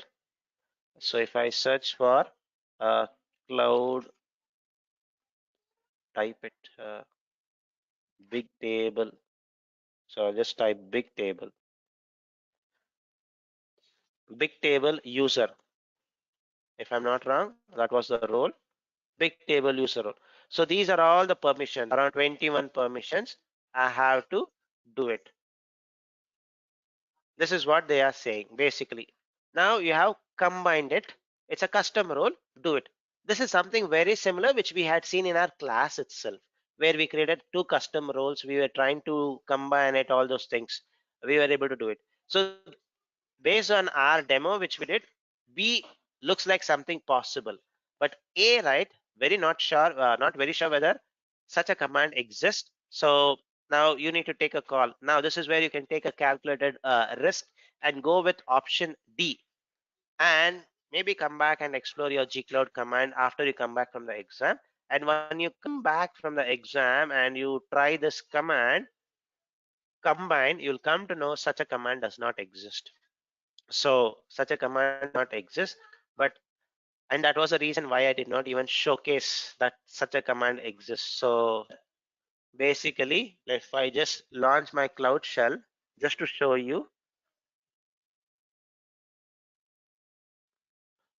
I'm giving you tips. How do you usually find out the answer basically with what you have learned? So if I just use gcloud IAM combine, hit a tab, it's not going to work. Such a row or such a command does not exist in reality. So BA is a wrong command. Uh, B is going to be again, B is also not going to have a command like that. Promote. You don't have a role like this. Sorry, you don't have a gcloud command like that. A and B gets ruled out. But A, we were not very clear. But B, with our concept, we were able to rule it out. C, we were able to rule it out because of our concept, because future projects was not there. D was something which we had done very similar, close to it. So looks like a good choice. Let's look into the option. D is a good choice. Now hope you get the flavor or the feel of how you do basically find out your answer. So few things would be straightforward, like the previous question. You people took only 30 seconds. This one, most of you took around a minute. The question itself was more to read. The time to read, if you are a very fast reader, you can definitely read it faster. So it took time. So this is a trick, folks, basically. Next question. You work in a small company where everyone should be able to view all resources of a specific project. You want to grant them access following Google's recommended practice. It's a small group, a startup. What's going to be the option? So your time starts now. And let me put that demarcation.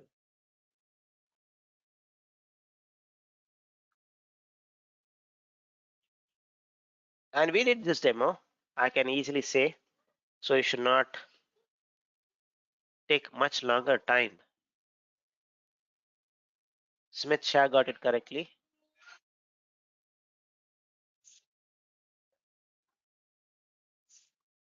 One wrong answer. Anil B got it correctly. Another wrong answer. Use all the best practices, folks. Ankit got it correctly. Anil Kumar got it correctly. Vivek got it correctly. Mohammed got it correctly.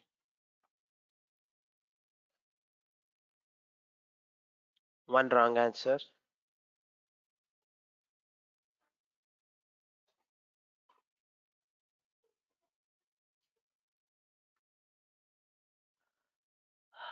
$50 seconds more. Kumar got it correctly. Vijay Kumar got it correctly. Shripal got it correctly.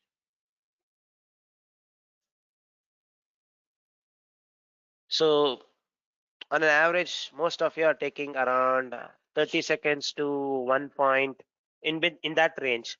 Mangesh got it correctly. So 30 seconds to 90 seconds is what I am seeing as a pattern, folks.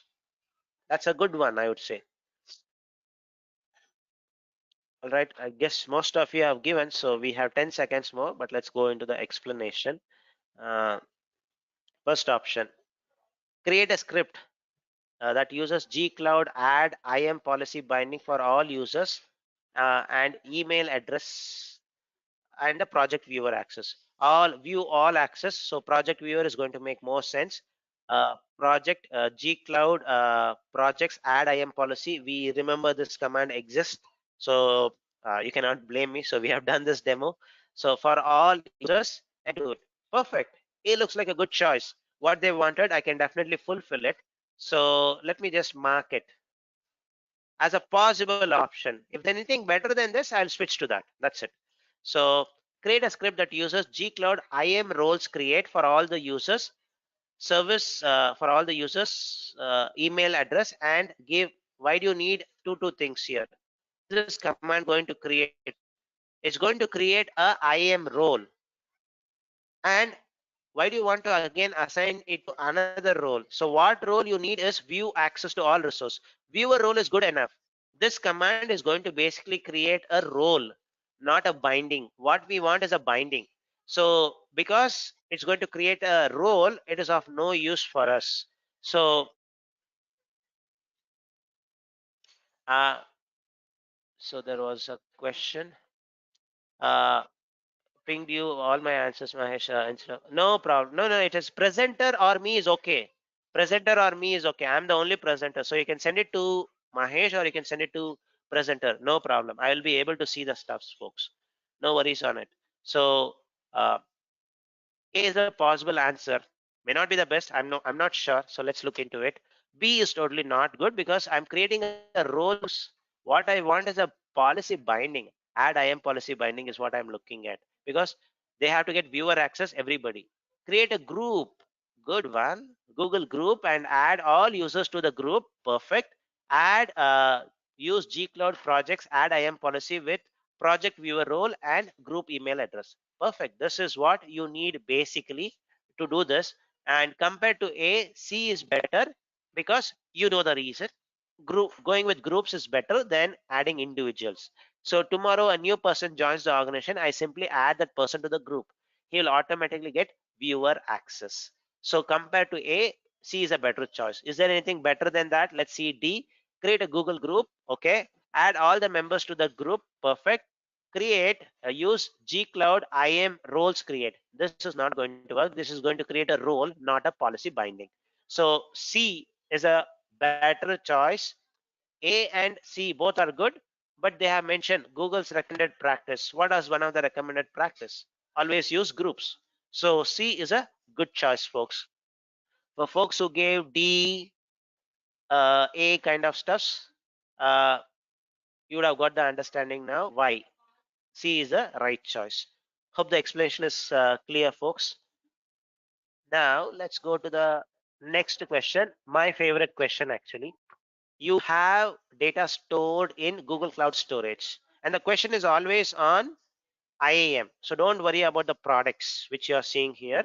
So is a Google Cloud Storage dataset and also in BigQuery dataset.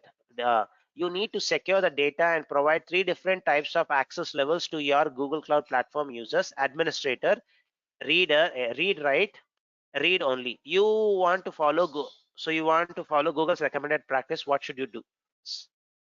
Your time starts now.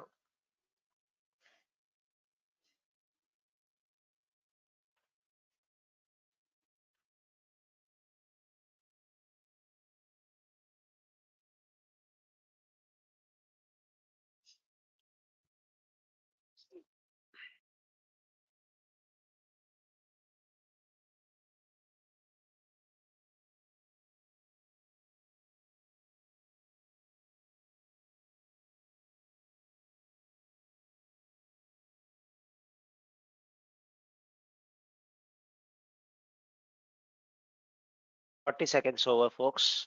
No response so far. Okay, Smith got it correctly. Deepak Bandari got it correctly. One wrong answer.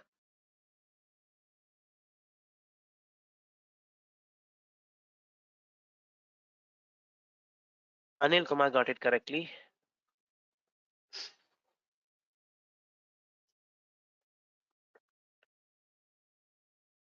Anil B got it correctly. One wrong answer.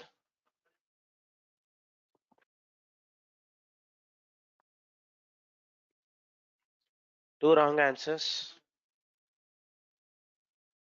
Make all mistakes here and don't even repent for making wrong in the class. Vivek Mishra got it correctly.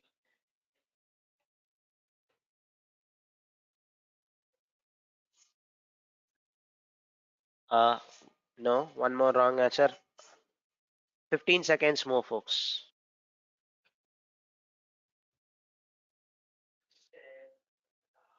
No, two wrong answers. Three wrong answers. All right, folks, time up. So let's go for the explanation. Shripal got it correctly. Now let's look into the options, folks.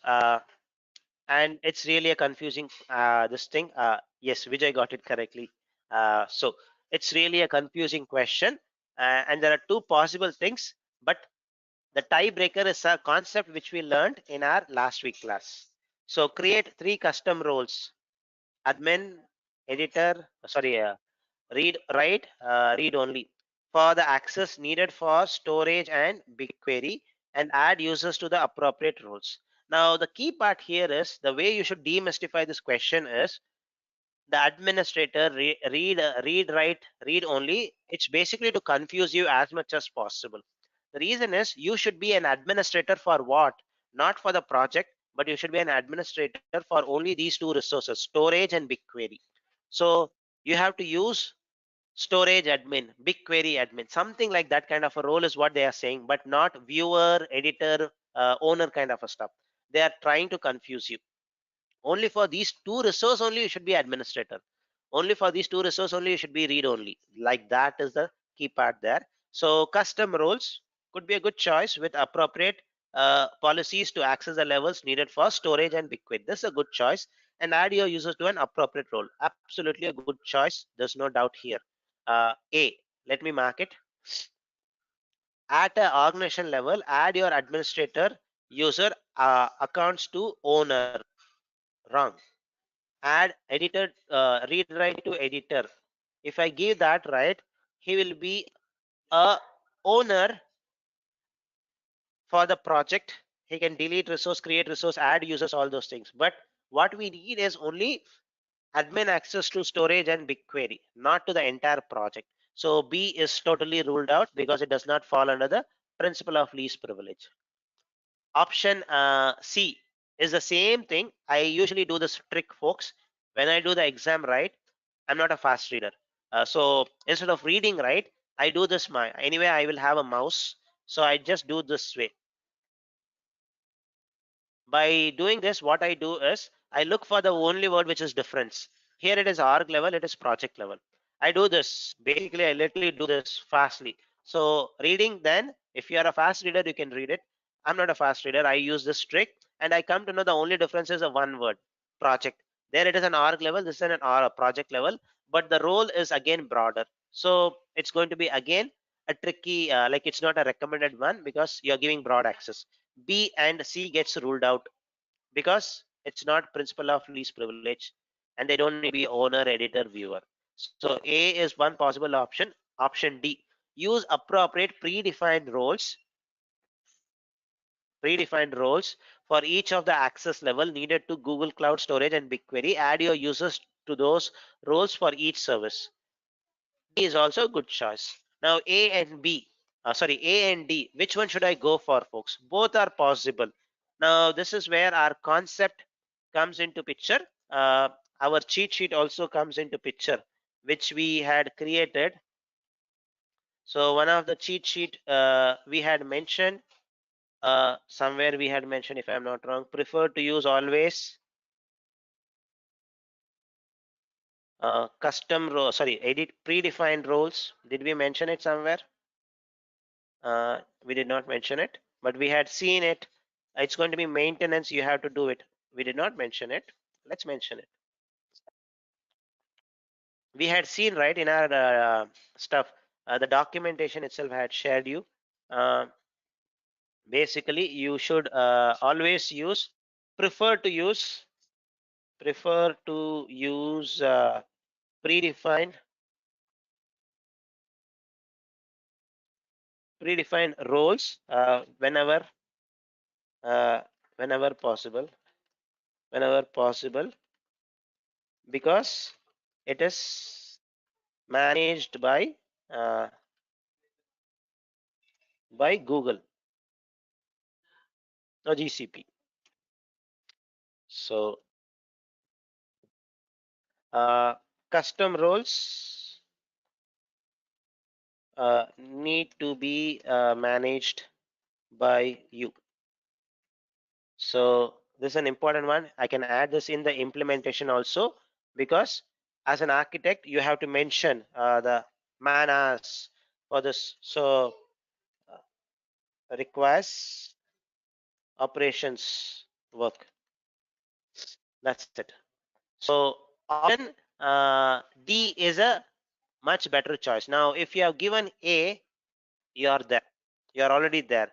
So B and C I did not see much, but most of them people who gave wrong gave A, so that's okay. You are there is what I would say. Basically the only thing is that some more fine tuning required so that you can find for those specific tie breakers. D is a good choice. So that brings us to the end of this second module on IAM, and it's not just the end.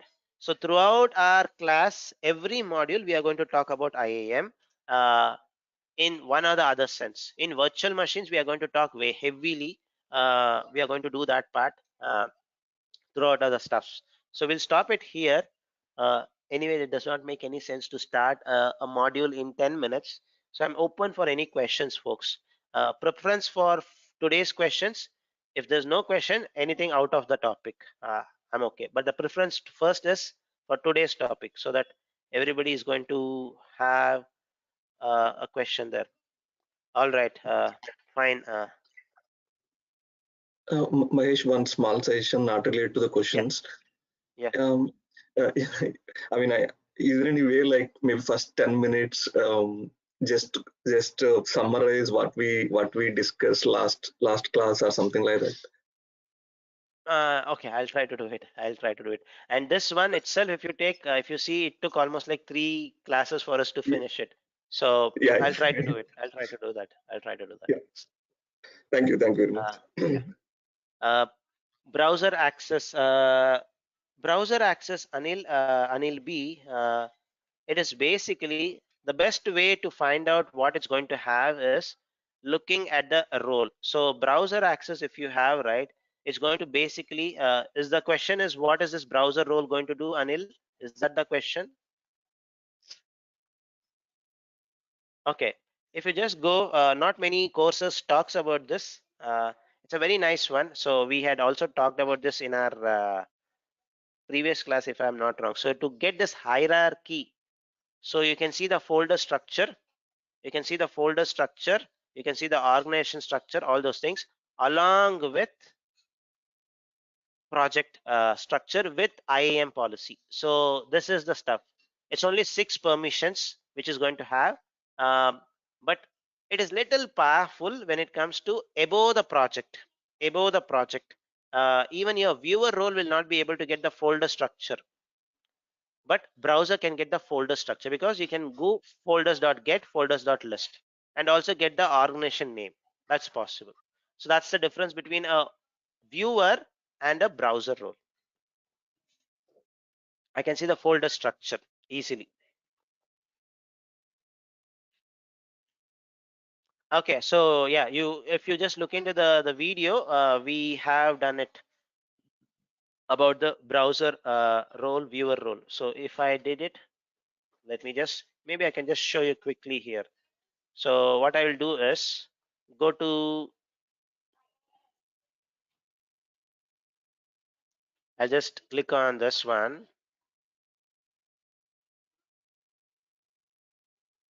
add a user. What I'll do is I'll just show you what happens. I don't recollect whether I did it or not. It was it for a previous batch or something. So I'll just do this one, folks. So this is the user. I'm just going to I'm giving it an org level, folks. I'm giving it an org level. So what I will do is I'll give viewer role to this user. Now let's see what is going to happen. So at an org level, I'm giving it, folks. So whatever is there under this organization, I should be able to see it. Whatever is there. So the entire stuffs. So if I just open this, so this is entire stuff. I should be able to see it. Swap my screen to my Chrome browser. Now, if I just refresh the screen, I should be able to see it.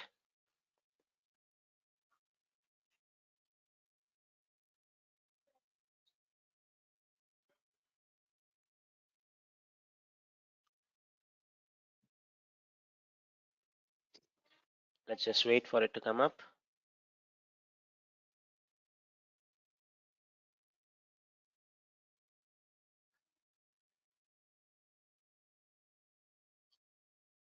So if I click on this project, I should see, what I will see is, I don't see any organization node, folks. You see website, Learn GCP Mahesh, and batch 1. These were the projects which you saw in this organization. So you see website, batch 1, Learn GCP Mahesh. There's no other projects, but I get access to all the projects, view only access. If I give you viewer at an org level, but I'll not get anything above my project. What is a folder? What is a org? All those things. Now, if I change this role to view browser, if I change this to browser,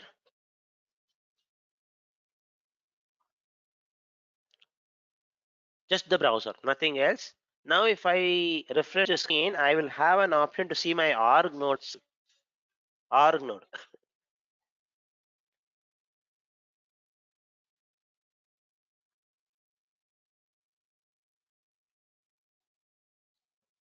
I remember we did this, if I'm not wrong.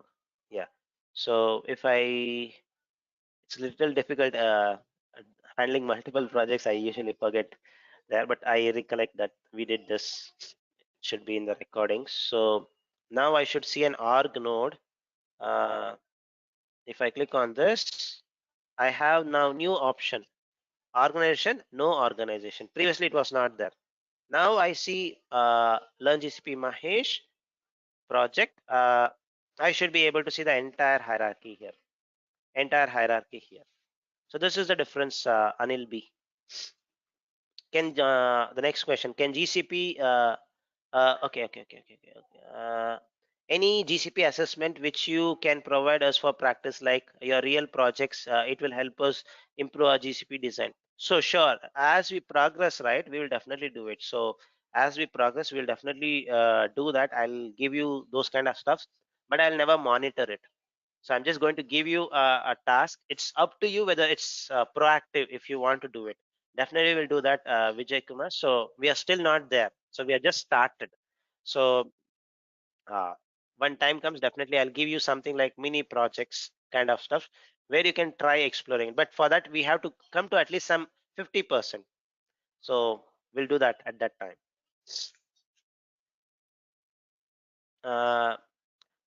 Should you go through the Google Docs? Thanks. Okay. Should we go through the Google Docs? I would definitely say always yes. I would say whether you go through my videos one more time or not, but Google Docs are always going to be there. It's a ocean. So if you can search it properly, you should be able to do it. So I guess there's a video in my channel also about talking about the documentation, the best option. So if you install this app, it's going to be little easier. So it's everybody says the document is lengthy. It keeps on. It goes like a. It's like it keeps on continuously link after link after link. If I keep on going, it goes. And sometimes I myself have seen from where I started, I will come back to the same link. So that's how they have linked everything. So, but that patience of looking into the documentation will help definitely. So what I would suggest is use this app, a small app.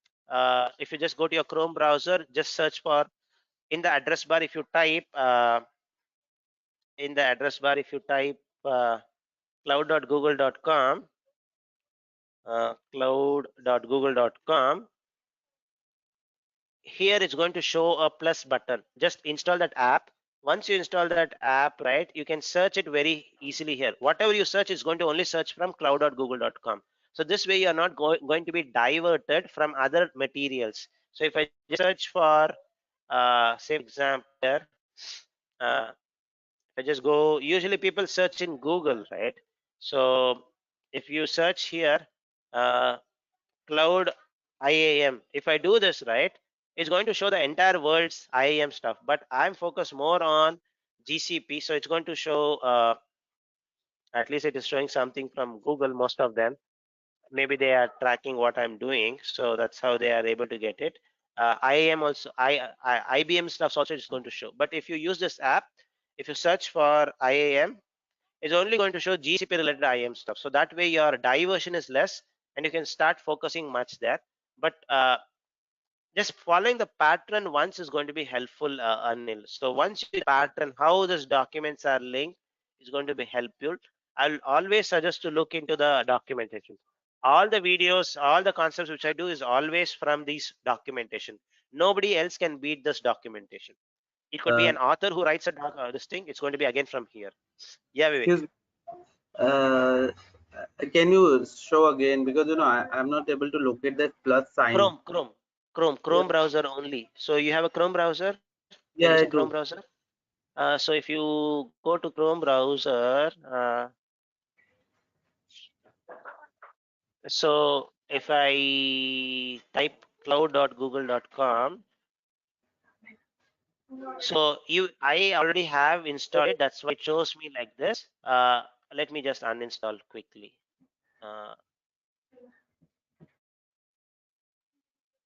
So it should show something like, how do I uninstall it? I forgot to uninstall it.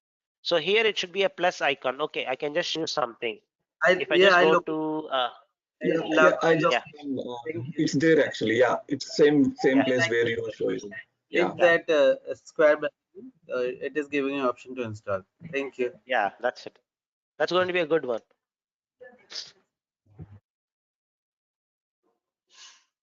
Any other questions, folks? If What kind it's of not, document we can switch from here?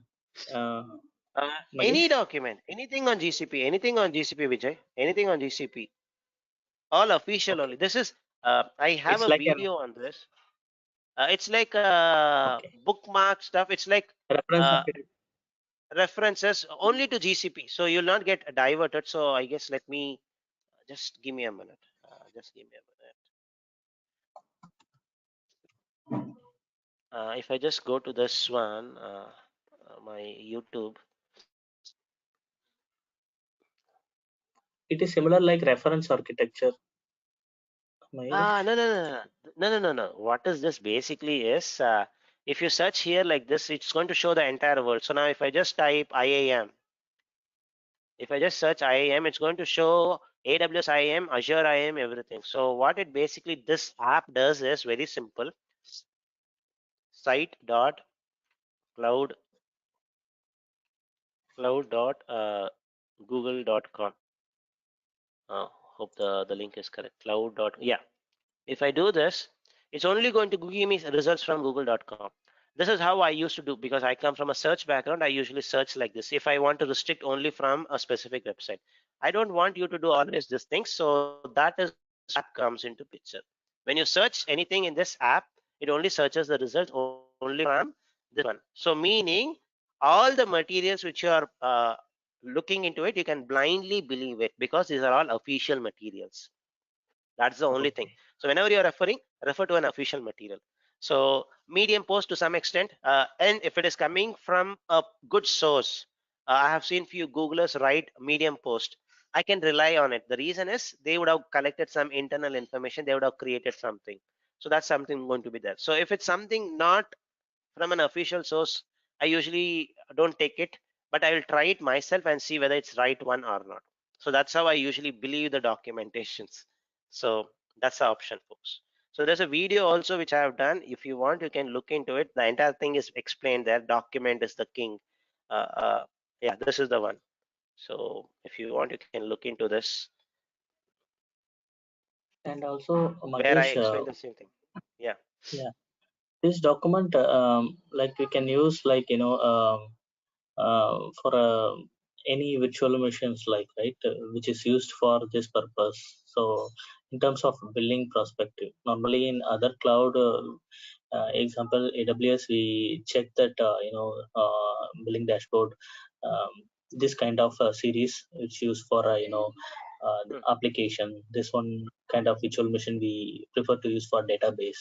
This kind of uh, virtual machine series we can use for AI. A Those kind recommendation of for they what kind category. of workload? What kind of workload you want to use? What kind of machine types is what you're asking.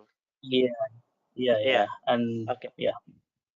Okay. So that is okay. You don't have something like that where they specifically mention to that level, saying that if it is database, you should use A1 series in AWS. So Google does not give you that level of information, but in their reference architecture, some of there are some reference guides. There they may mention you need to have this much of compute, this much of those things, but they don't give to that level basically. But it always depends on the But how do application that we go It that we're always going to use. depends. That's just a recommendation which Google, sorry, AWS gives it basically. okay in like if on premise we have some database server, some kind of application server, right? When we move to cloud, right? So we always for that one to do the Okay, for design that, in okay, for GCP. that one, right? For that one, right? You have to do an assessment. So you have to do a cloud assessment. So you get some tools like Stratozone. So Stratozone, which Google acquired it. Stratozone. You can use this kind of tools where it's going to give you a option. What for this kind of a stuff in GCP? What should be the good machine type? That's more of an assessment.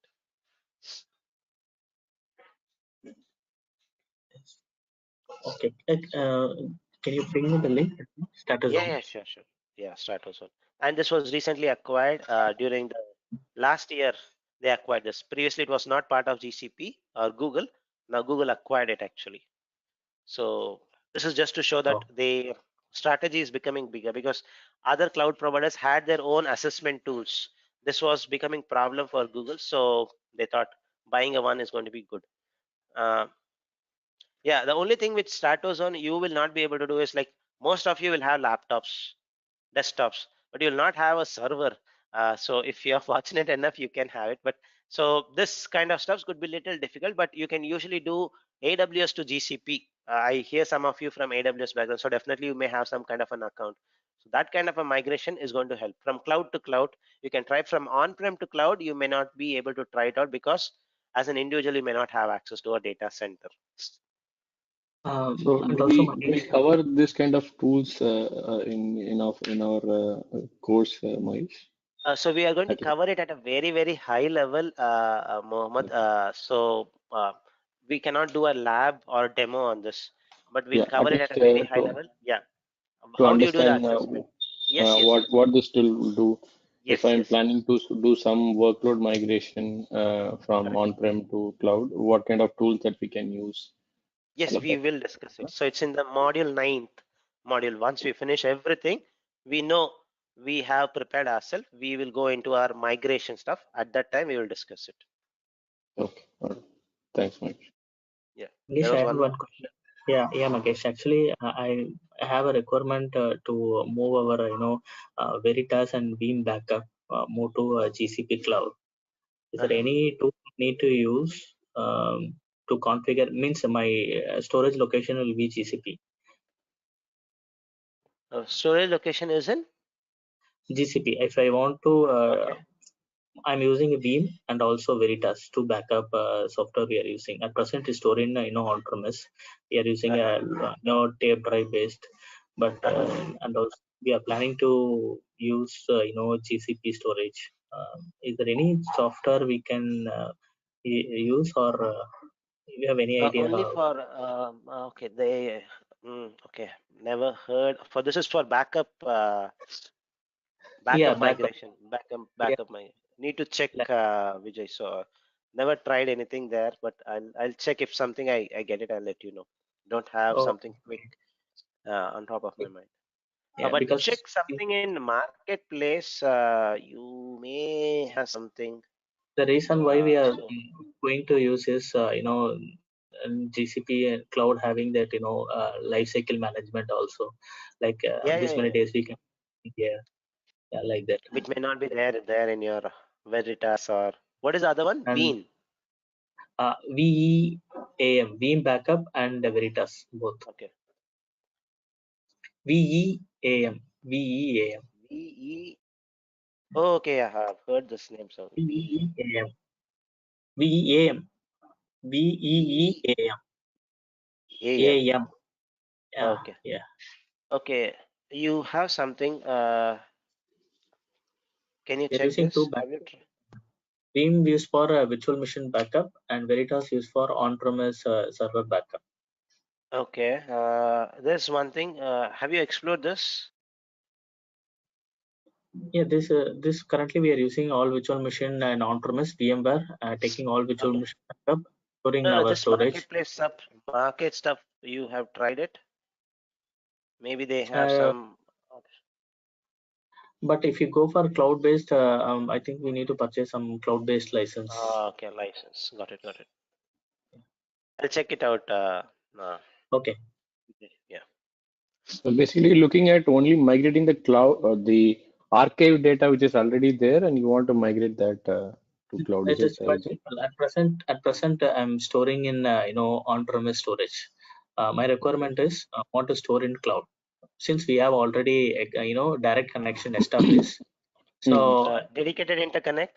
You have already established yeah, dedicated yeah, interconnect. yeah, yeah, we are Why able. don't you use ES-util then directly transfer it? Why do you need any other tool?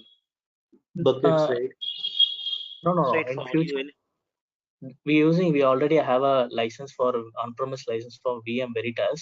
I just Uh-huh. want to integrate with there is no manual. If I want to start a backup, the backup automatically store the data to cloud. Everything configured in VM. So storage location only I need to, instead of on-premise storage or deep drive, I need to change the location to Google storage. That's it. For the future backup, you're looking at or migrating the older archived backup that you have. That also you wanted to move to cloud, Vijay. Not old archive backup. At present, whatever backup starting from now, we can move to that. But if you saw archival backup, that we can directly use, create a archival storage we can use a GCP, like util command. That is a Aman, there are tools available, but only thing is that now as a customer, are you ready to pay an extra cost? So everything goes to be a cost. So Vijay's organization or the customer already have a connectivity built interconnect. We'll talk about that at a later point of time. So you can use it, but cost is an implication. You should always keep in mind that cost. So if it's free, fine. GSUtil is free, so we can leverage it. And GSUtil has lots of benefits. We'll talk about it, but possible to use, but cost is an implication always. Even this one, Vijay was mentioning, there could be a cost, license, all those things. Think Yeah. from the cost perspective always.